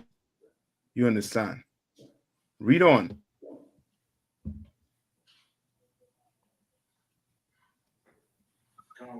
Check. Verse 24. Knowing that of the Lord ye shall receive the reward of inheritance, for yes. Yeah. That's it. You doing it because you doing it for the Lord to give you that reward. Because guess what? I'm a man. I might miss one or two things you do for the school. I might miss it. But guess who ain't miss it? The Lord ain't. Right. And he gonna give you the reward. You want my reward? I'm gonna give you a clap. I'm gonna give you a piece of paper. But guess what? The Lord gonna give you more than that. Positive. Right? Read on. Verse 25. For ye serve the Lord Christ. Verse 25. But he that doeth wrong shall receive the wrong which he have done, and there is no respect of persons. And there's what? No respect of persons. He had no respect of person. LeBron James could come in here and he's going to have to do it. Sweep the floor. You tell him, yo, pack them chairs up, brother. Pack it up right. You can't go, no, When this holiday finish, you and them, the other troopers, you have to make sure the school is clean before you leave, LeBron. Young man, LeBron. You understand? And he gonna have to do it, brother. Because we don't respect no person in here, just like the Lord don't respect any person in here. We all have to hold each other to what? The same high standard. I can tell you don't go in the strip club, and then I'm in the strip club. Then I'll be what? I'll be two things. What would I be? So lucky, sir. Uh-huh. You'd be a liar and a hypocrite. I'll be a sinner and a hypocrite. Right. You understand? Because I'm telling you one thing and I'm doing the opposite, the other thing. All right? Now give me go to Matthew 9, 19 and 25. Matthew 19 and 25. I had this video I wanted to show you all last week about this feminism BS. I think before I finish, I'm gonna run through it with you all. Salakia, so you said Matthew 19 and 25? Mm-hmm. Okay, I'm holding it, sir, for you. Go ahead. This the book of Matthew, chapter 19 and verse 25. Mm-hmm. When his disciples heard it, they were exceedingly amazed, saying, "Who then can be saved?" Who then can be what? Who then can be saved? Read on. Verse 26. But Yahushua beheld them and said unto them, With men, this is impossible. No, hold on. You at Matthew 19 and 25? Come with con, sir. Okay. I'll be low. Hold on. Bear with me.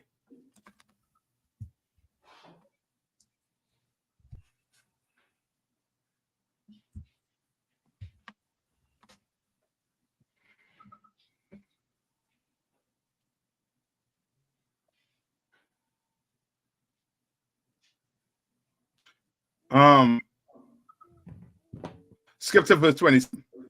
Sorry. Salaki, so you broke up a little bit. What verse again did you say? 27. 27, sir. Come with con. This is the book of Matthew, chapter 19 and verse 27. Then answered Peter and said unto him, Behold, we have forsaken all and followed thee. We have what? We have forsaken all and followed thee. What is Peter talking about? Peter did what? This would be considered a sacrifice. Sacrifice, sir. Yes, Peter sacrifice. Is what he did. You understand? Peter sacrifice.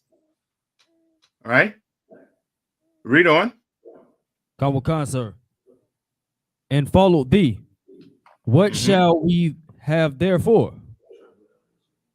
He's in Christ. What shall we have therefore? I sacrifice everything.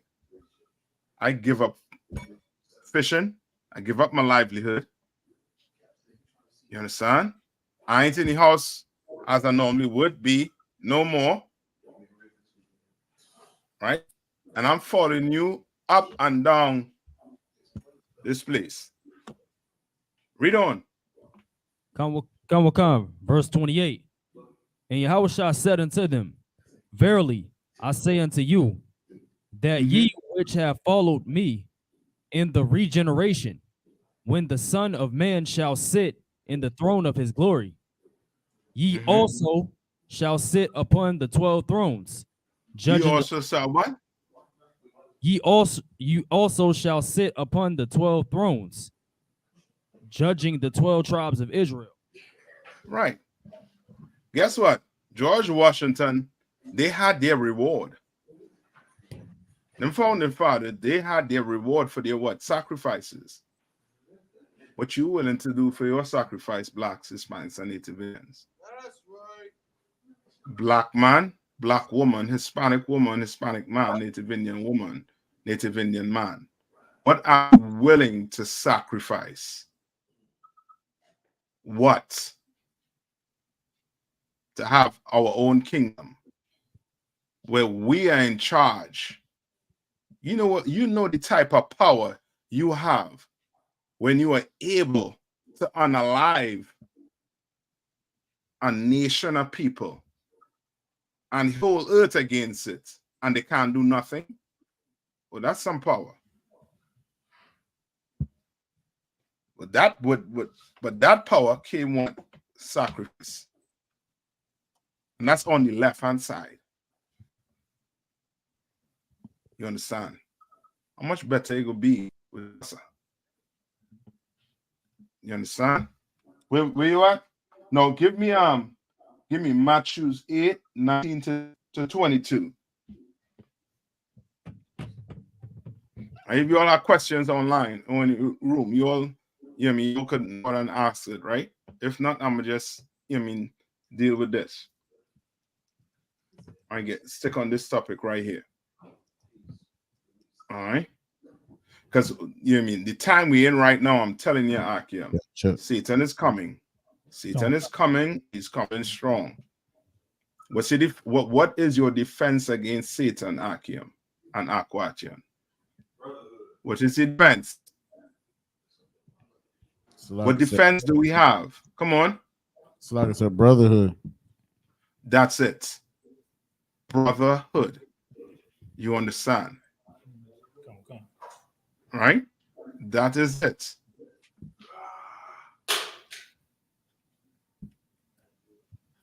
Sorry. All right. Come. Said Matthew 8:19. Yeah, Matthew 8:19-22. This is the book of Matthew, chapter 8, verse 19. And a certain scribe came and said unto him, Master, I will follow thee whithersoever thou goest. Verse 1. And Yahushua said unto him, the foxes have holes, and the birds of the air have nests, but the Son of Man hath not where to lay his head. What is Christ telling us? So he's naming these different animals that have homes, but he's saying himself does not have a humble abode. Okay, yes, you're right. But tell me what Christ is explaining to him. Salaki, sir. He's explaining to him that if he was to follow Christ, that he ain't gonna have nothing, that he's gonna just have to have, the faith to follow Christ, and the material things that he might have, he's not gonna have anymore. So good. I'll take that. I'll take that. But come on. I think Zion. Go ahead. Come on. He explaining to him about the sacrifices that he would have to make if push comes to shove. The sacrifice. Okay. Bring me home. Pin that sacrifice for me. Come on. Being the fact that you may not get any rest. You may not have the perfect bed or the perfect home that that most people would have if they're not doing this work. And in doing this work, it's going to require some sacrifice. So you may not have a place to lay your head. You have a place to lay your head, but it may not be the place you would, that most people would do. In doing this work, there may be times where that you may have to learn to do more with less, if I may. So sir, be uncomfortable. Learn to be that's it. Learn to be comfortable in being uncomfortable. Yeah, basically. Yeah, I mean, most of you all learn that. First day in Hebrew Academy, you learn that. You learn how to be uncomfortable at the same time too. You understand? You learn that quick, right? Read that one more time for me. The book of Matthew, chapter 8, verse you want 19 or 20 other one? Start from the top. We say birds. Yeah. Start from the top. And a certain scribe came and said unto him, Master, I will follow thee whithersoever thou goest. Verse 20. Yahushua said unto him, the foxes have holes, and the birds of the air have nests, but the Son of Man have not where to lay his head. Right. What Christ is doing here, he is trying to explain to this brother the hardship he's going to have to endure following him. He's not sugarcoating anything for him.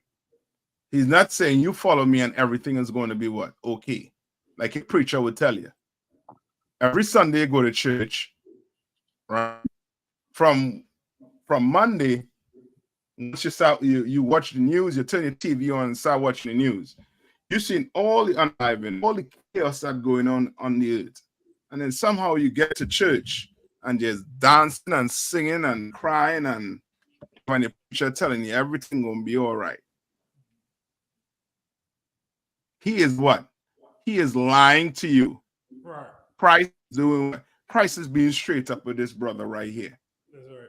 That's right. This is gonna be a rough road. You're gonna have to give everything.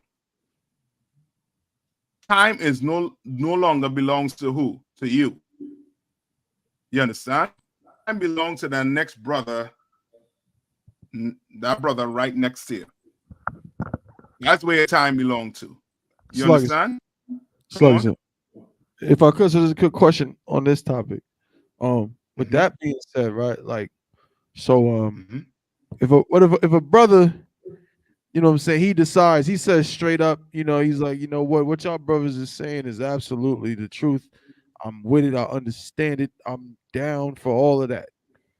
But you know what? All that sacrificing and, I can't you know what I mean, go to my slave when I want. I can't be with my woman when I want. You might call me and tell me to go to, you know, Michigan out of nowhere. I ain't with that. I'll just give you all my tithes, make sure I keep these laws and come to class when I can, and that's, you know, that's Tawab for me. Is that the wrong? I mean, I guess I kind of know the answer to that, but like, if a brother was to say that, is it like something you want to push him to be like, nah, nigga, you should sacrifice like me? Salaki for my language, but he's like, nah, brother, like, nah. Be like me. Be a soldier like me. Like, you know what I mean? Like, or is it something where you might say, you know what, bro? Maybe that's best for you. Maybe it's best that you just do that. Just pay your tithes and make sure, you know what I mean, you share these classes and, you know, watch them online and, you know, stay, you know, do what you got to do. But, you know, maybe you ain't built like, you know, like me or like the rest, like brothers who are doing this work trying to get rulership. You know, you just want to make sure that you don't die when World War III pop up. Is that the wrong spirit? Is it the right spirit? Is it kind of indifferent, or is it like, you know, I'm just trying to find out, sir. I would do what Christ do. What is Christ doing right here?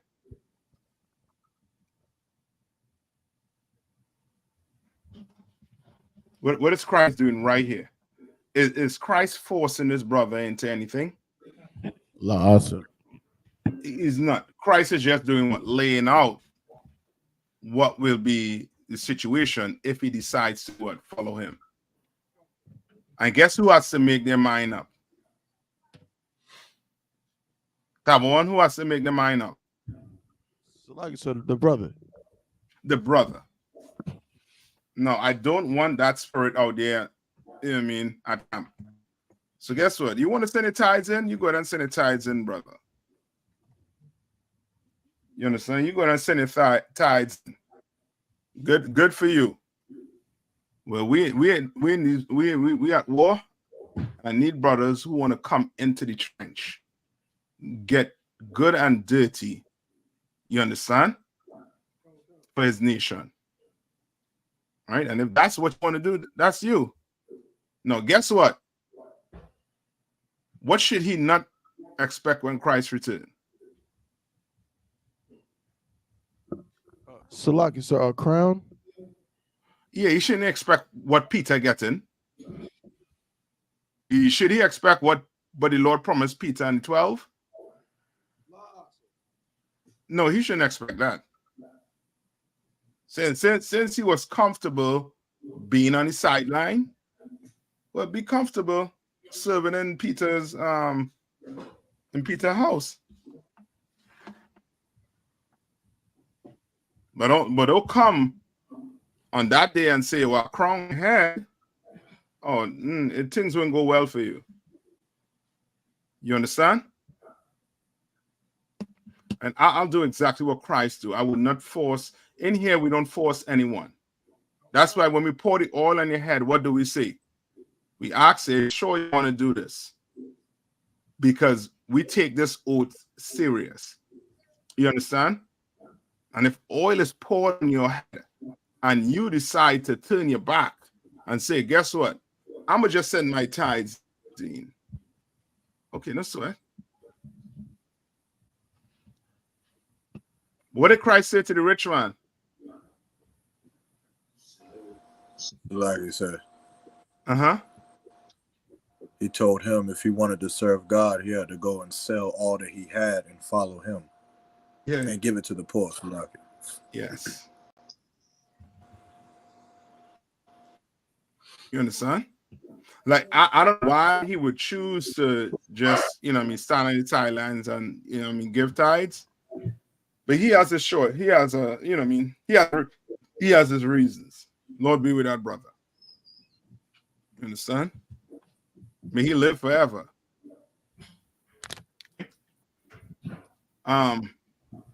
You good with that type of one? Who was reading now? Did we get to 22? Verse 22? Well, we got to verse 21. It says, verse 21, and another of his disciples said unto him, Lord, suffer me first to go and bury my father. Verse 22, but Yahweh said unto him, follow me and let the dead bury the dead. It's like if they're dead. You understand? And we all heard this before. Let the dead bury the dead. What is his spirit behind what Christ is telling him? Why is Christ telling him this?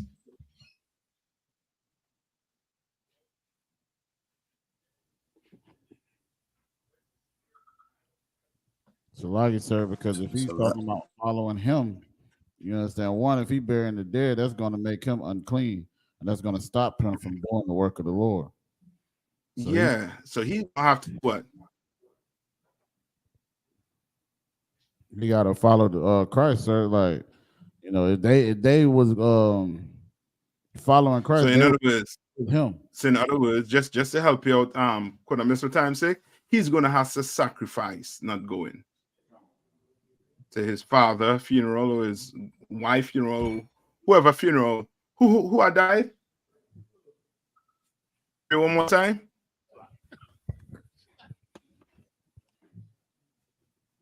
Read one more time.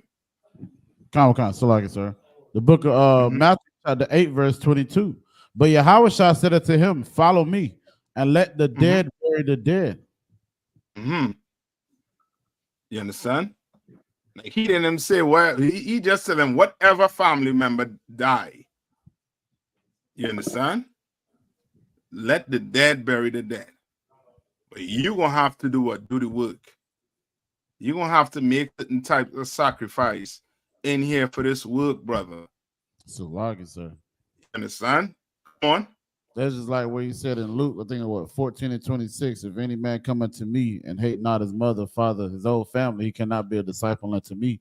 So this is like the same thing what Christ is saying, brother. You got to separate yourself from that type of life and follow me if you're going to follow the Lord, which is the sacrifice that you got to make. Okay.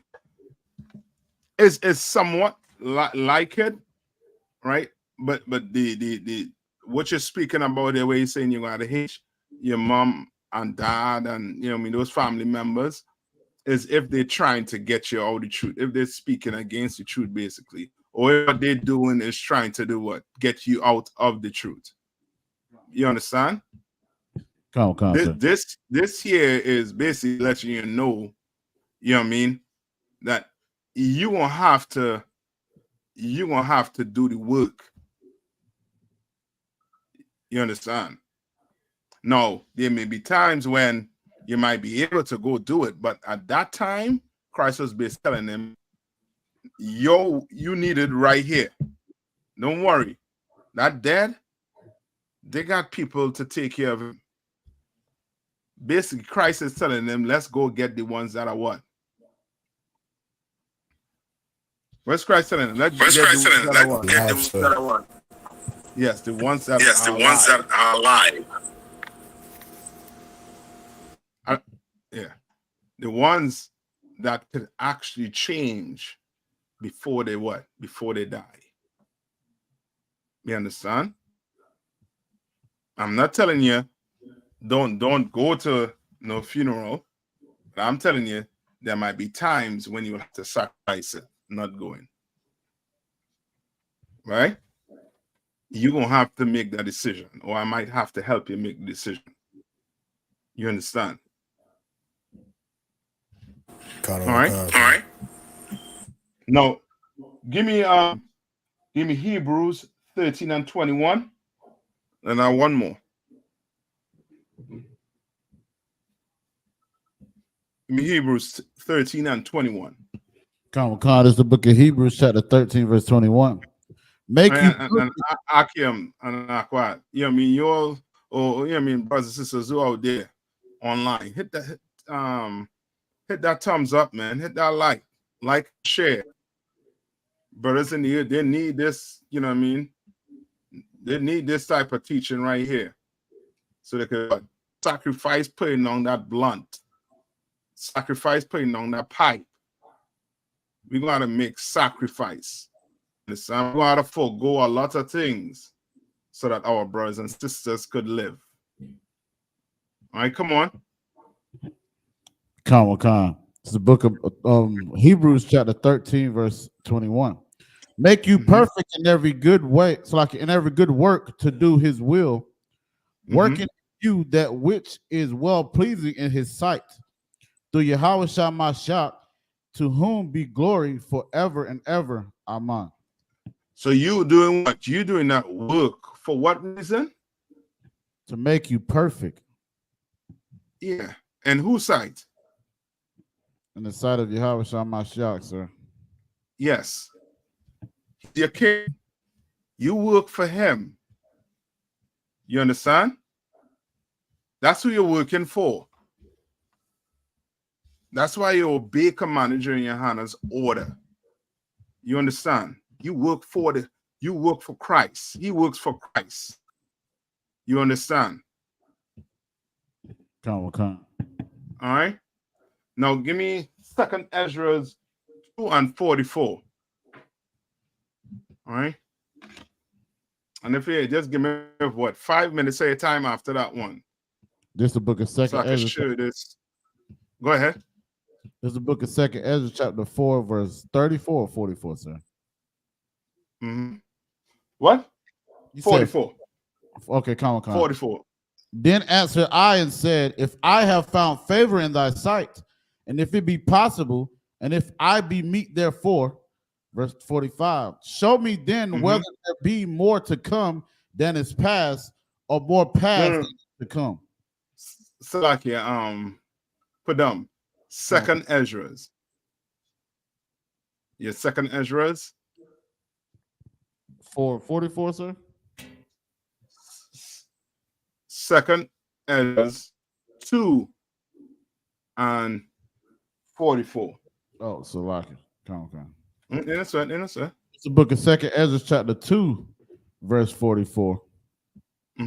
So I asked the angel and said, sir, what are these? Verse 45. He answered and said unto me, these be they that have put off the mortal clothing and put on the immortal clothing, so like an immortal, and have confessed the name of the Most High. Now are they crowned and receive palms. You understand? Like, that's your sacrifice that you're making right now. So that when Christ return, you understand? When Christ return, Lord willing, this could happen. You understand? Come. He's the one that's going to be giving you a crown. You understand? That's your sacrifice. You're going to have to sacrifice. You're going to be willing to give up a whole lot. I want to say a whole lot, meaning a whole lot of your time. You understand? You do anything, do it at 100. Don't be the brother that comes into the school with fire and then somehow it gets extinguished. You understand? You want to keep that fire. You want to keep that zeal. And to keep it, you're going to have to want to be around the brothers. You're going to have to want to be in this work. You understand? You're a young officer. You're a young trooper. And you're like, man, watching that 4 Wars, what work do I have? You pick that phone up and call your camp leader. It's a slack here, sir. Do you need me to do anything?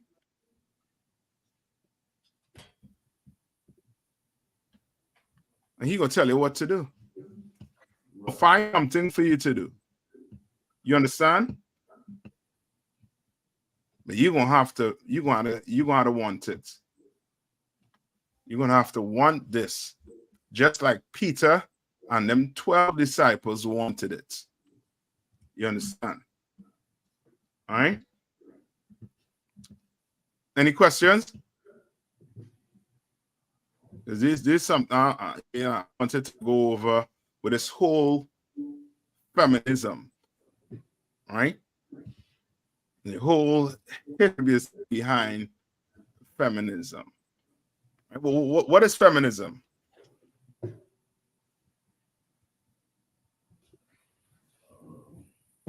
Shalaki, sir, if I may. Feminism is the movement to give women equality with men, basically, and to give them freedom to do it up to whatever the hell they want to do. You on to it. Look up the definition of feminism.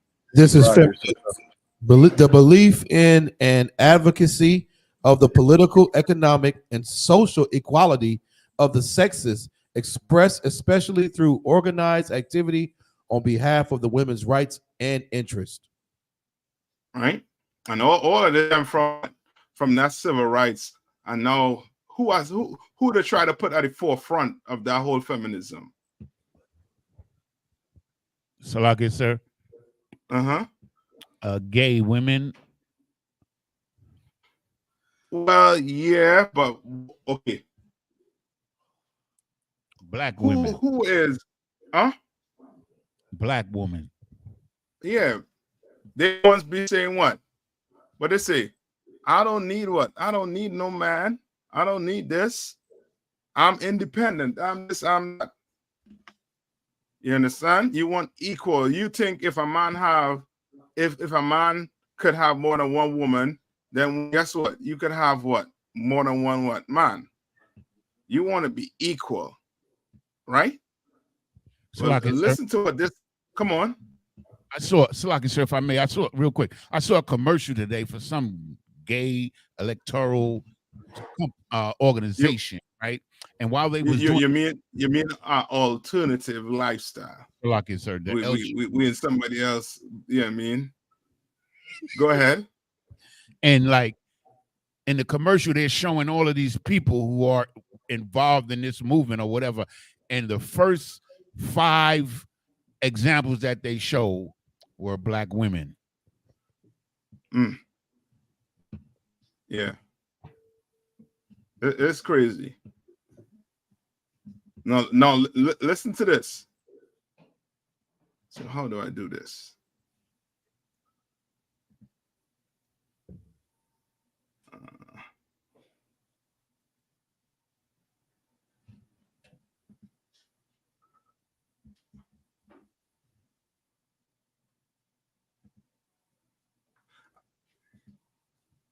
Okay, I'll do it like this, right?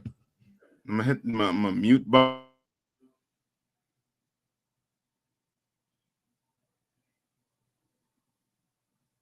And I recently realized I want a child. I'm terrified I've missed my opportunity. You all could hear that? Connor, Wisconsin. Okay, 1 minute. Let's make sure something going on here. Good.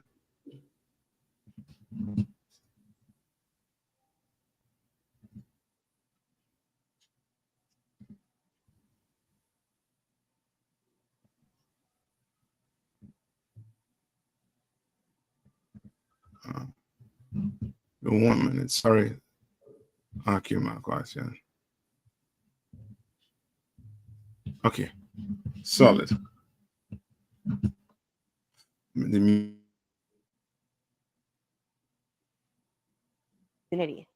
woman's name is Melissa Persling, and she's revealing to Fox News Digital what she thinks caused her current situation. Listen. I feel unbelievably betrayed by feminism. I was constantly fed this idea that women can do everything. We don't really need men. Women can have a great year and have the kids that they like and change the tires and do this. I mean, I grew up thinking, and men are great, but like I can do all the same things. I do feel in many ways betrayed by that line of thinking. I kind of want to go back to some of those teachers and coaches and say, what the hell did you mean by that? Because we can't do it all. We can't. Katrina, what are your thoughts on this? Okay, I'm going to go deep here. So I have a lot of opinion on this, and I really think that feminism in some ways has sabotaged women's happiness. And the reason I believe that is because we are asked to do all these different things, right? But then our nervous system goes whack. Like I know for myself, I'm in work mode and then mother mode and then family mode, right? And so your system just completely goes out of whack, which is why I truly believe, I found this quote and I thought it was so telling, is that the divine feminine is the rawest, wildest, most honest mirror a man will ever encounter. The awakened man opens his heart and goes to battle. He will tame his dragons and face his deepest shadows, since he knows that deep within her heart will guide him home. And I think that there is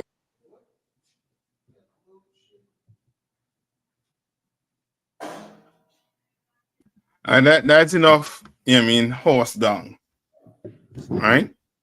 Break it, Break it, mate. Yeah. But which lets you know what?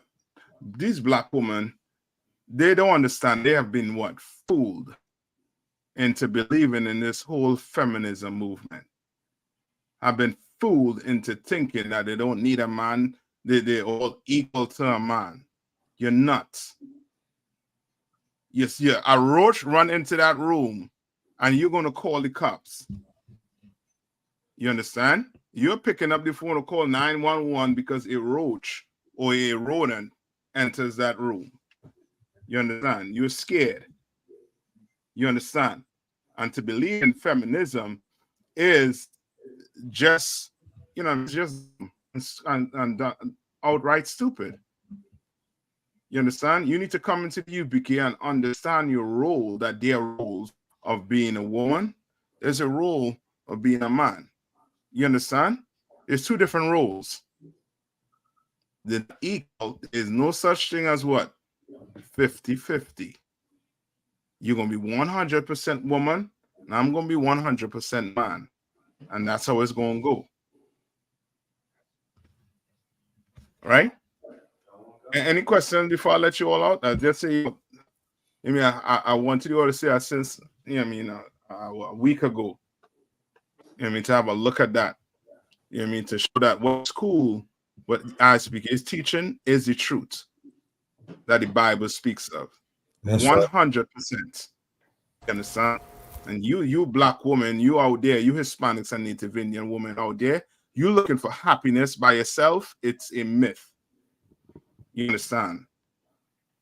You understand? That tool you're using to find happiness, to make scream onto the heavens. You understand? The battery will run out. You understand? If somebody kicks in that door, that tool that you're using is not going to save your life.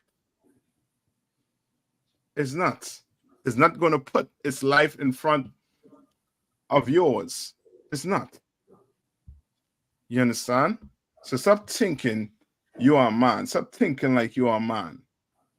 Or you're on men level. You're not. Let them Caucasian women believe that garbage. Let them oppressor women believe that garbage. You stick by a man. You understand? All right. I think that's it, right? Any questions before I let you all off? You're good? All right. And with that, I'm going to pass the class over to Prison Officer Banky Allen in there. Okay, sir. Prison Officer Banky Allen. Clap it up, clap it up. All right, don't forget to like and share. Subscribe. Men of Israel, Amajim, we're going to render one courtesy salute to Captain Nayathop. Men of Israel, Amajim Shabbat, Amajim, Barak, Yahweh Shimi Al-Shabrakathah. Yahweh Shimi Al-Shabrakathah. Yada Matah, hands down, Sar, turn to face the sisters. Sisters Amajim, which means to stand. Men of Israel, we're going to render one courtesy salute to our sisters. Amajim Shabbat, Amajim, Barak, Yahweh Shema Al-Thaba, Hashem Yahushai. Hashem Yahushai.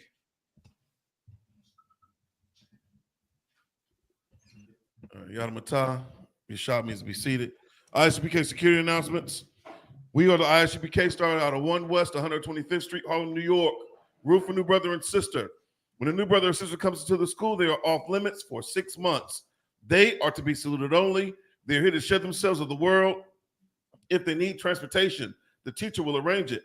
After 6 months, if a brother or sister has an interest in a particular person, he or she must get permission from the head to speak to a brother or sister. There's another 6 months in which the brother and sister will court each other. After this 6-month period, the brother and sister will get permission from the head to marry. Tithes, which is a commandment, Book of Numbers, chapter 18, verse 21, Book of Malachi, chapter 3, verses 8 through 10, means tenth in the Hebrew. It's pronounced ma'ashara. 10% of every penny of any increase the Lord gives you, give to Treasury Department or teacher. Priest funds, the free will offering for priests, not mandatory. Whatsoever amount you would like. The upcoming holy convocations. We have the Winter Wars Cookout in Florida this weekend. The cookout info location is Ocean Reef Park, 3860 North Ocean Drive, Riviera Beach, Florida, 33404. Thursday night, we have Jeremiah Hyman Scripture Breakdown class. Friday, they have the Extreme Action Sports, and then the game night and nightlife. And then Saturday, they have the Sabbath service, and then the cookout and nightlife at the Bamboo Room. Hotel arrangements at the Hilton Garden Inn. We also have the Feast of Purim, the 14th and 15th day of the 12th month, Thursday, the 22nd of February, and Friday, the 23rd of February of 2024, according to the book of Esther, chapter 9, verses 20 through 31. We also have the Lord's annual 55th Passover coming up April 20th in 2024. Salakia. Pay your Passover funds, $200 per adult. If you're 17 or older, we're going to have that Passover held here in North Carolina. Get your money up. Get your money up. Salakia. And with that, class dismissed.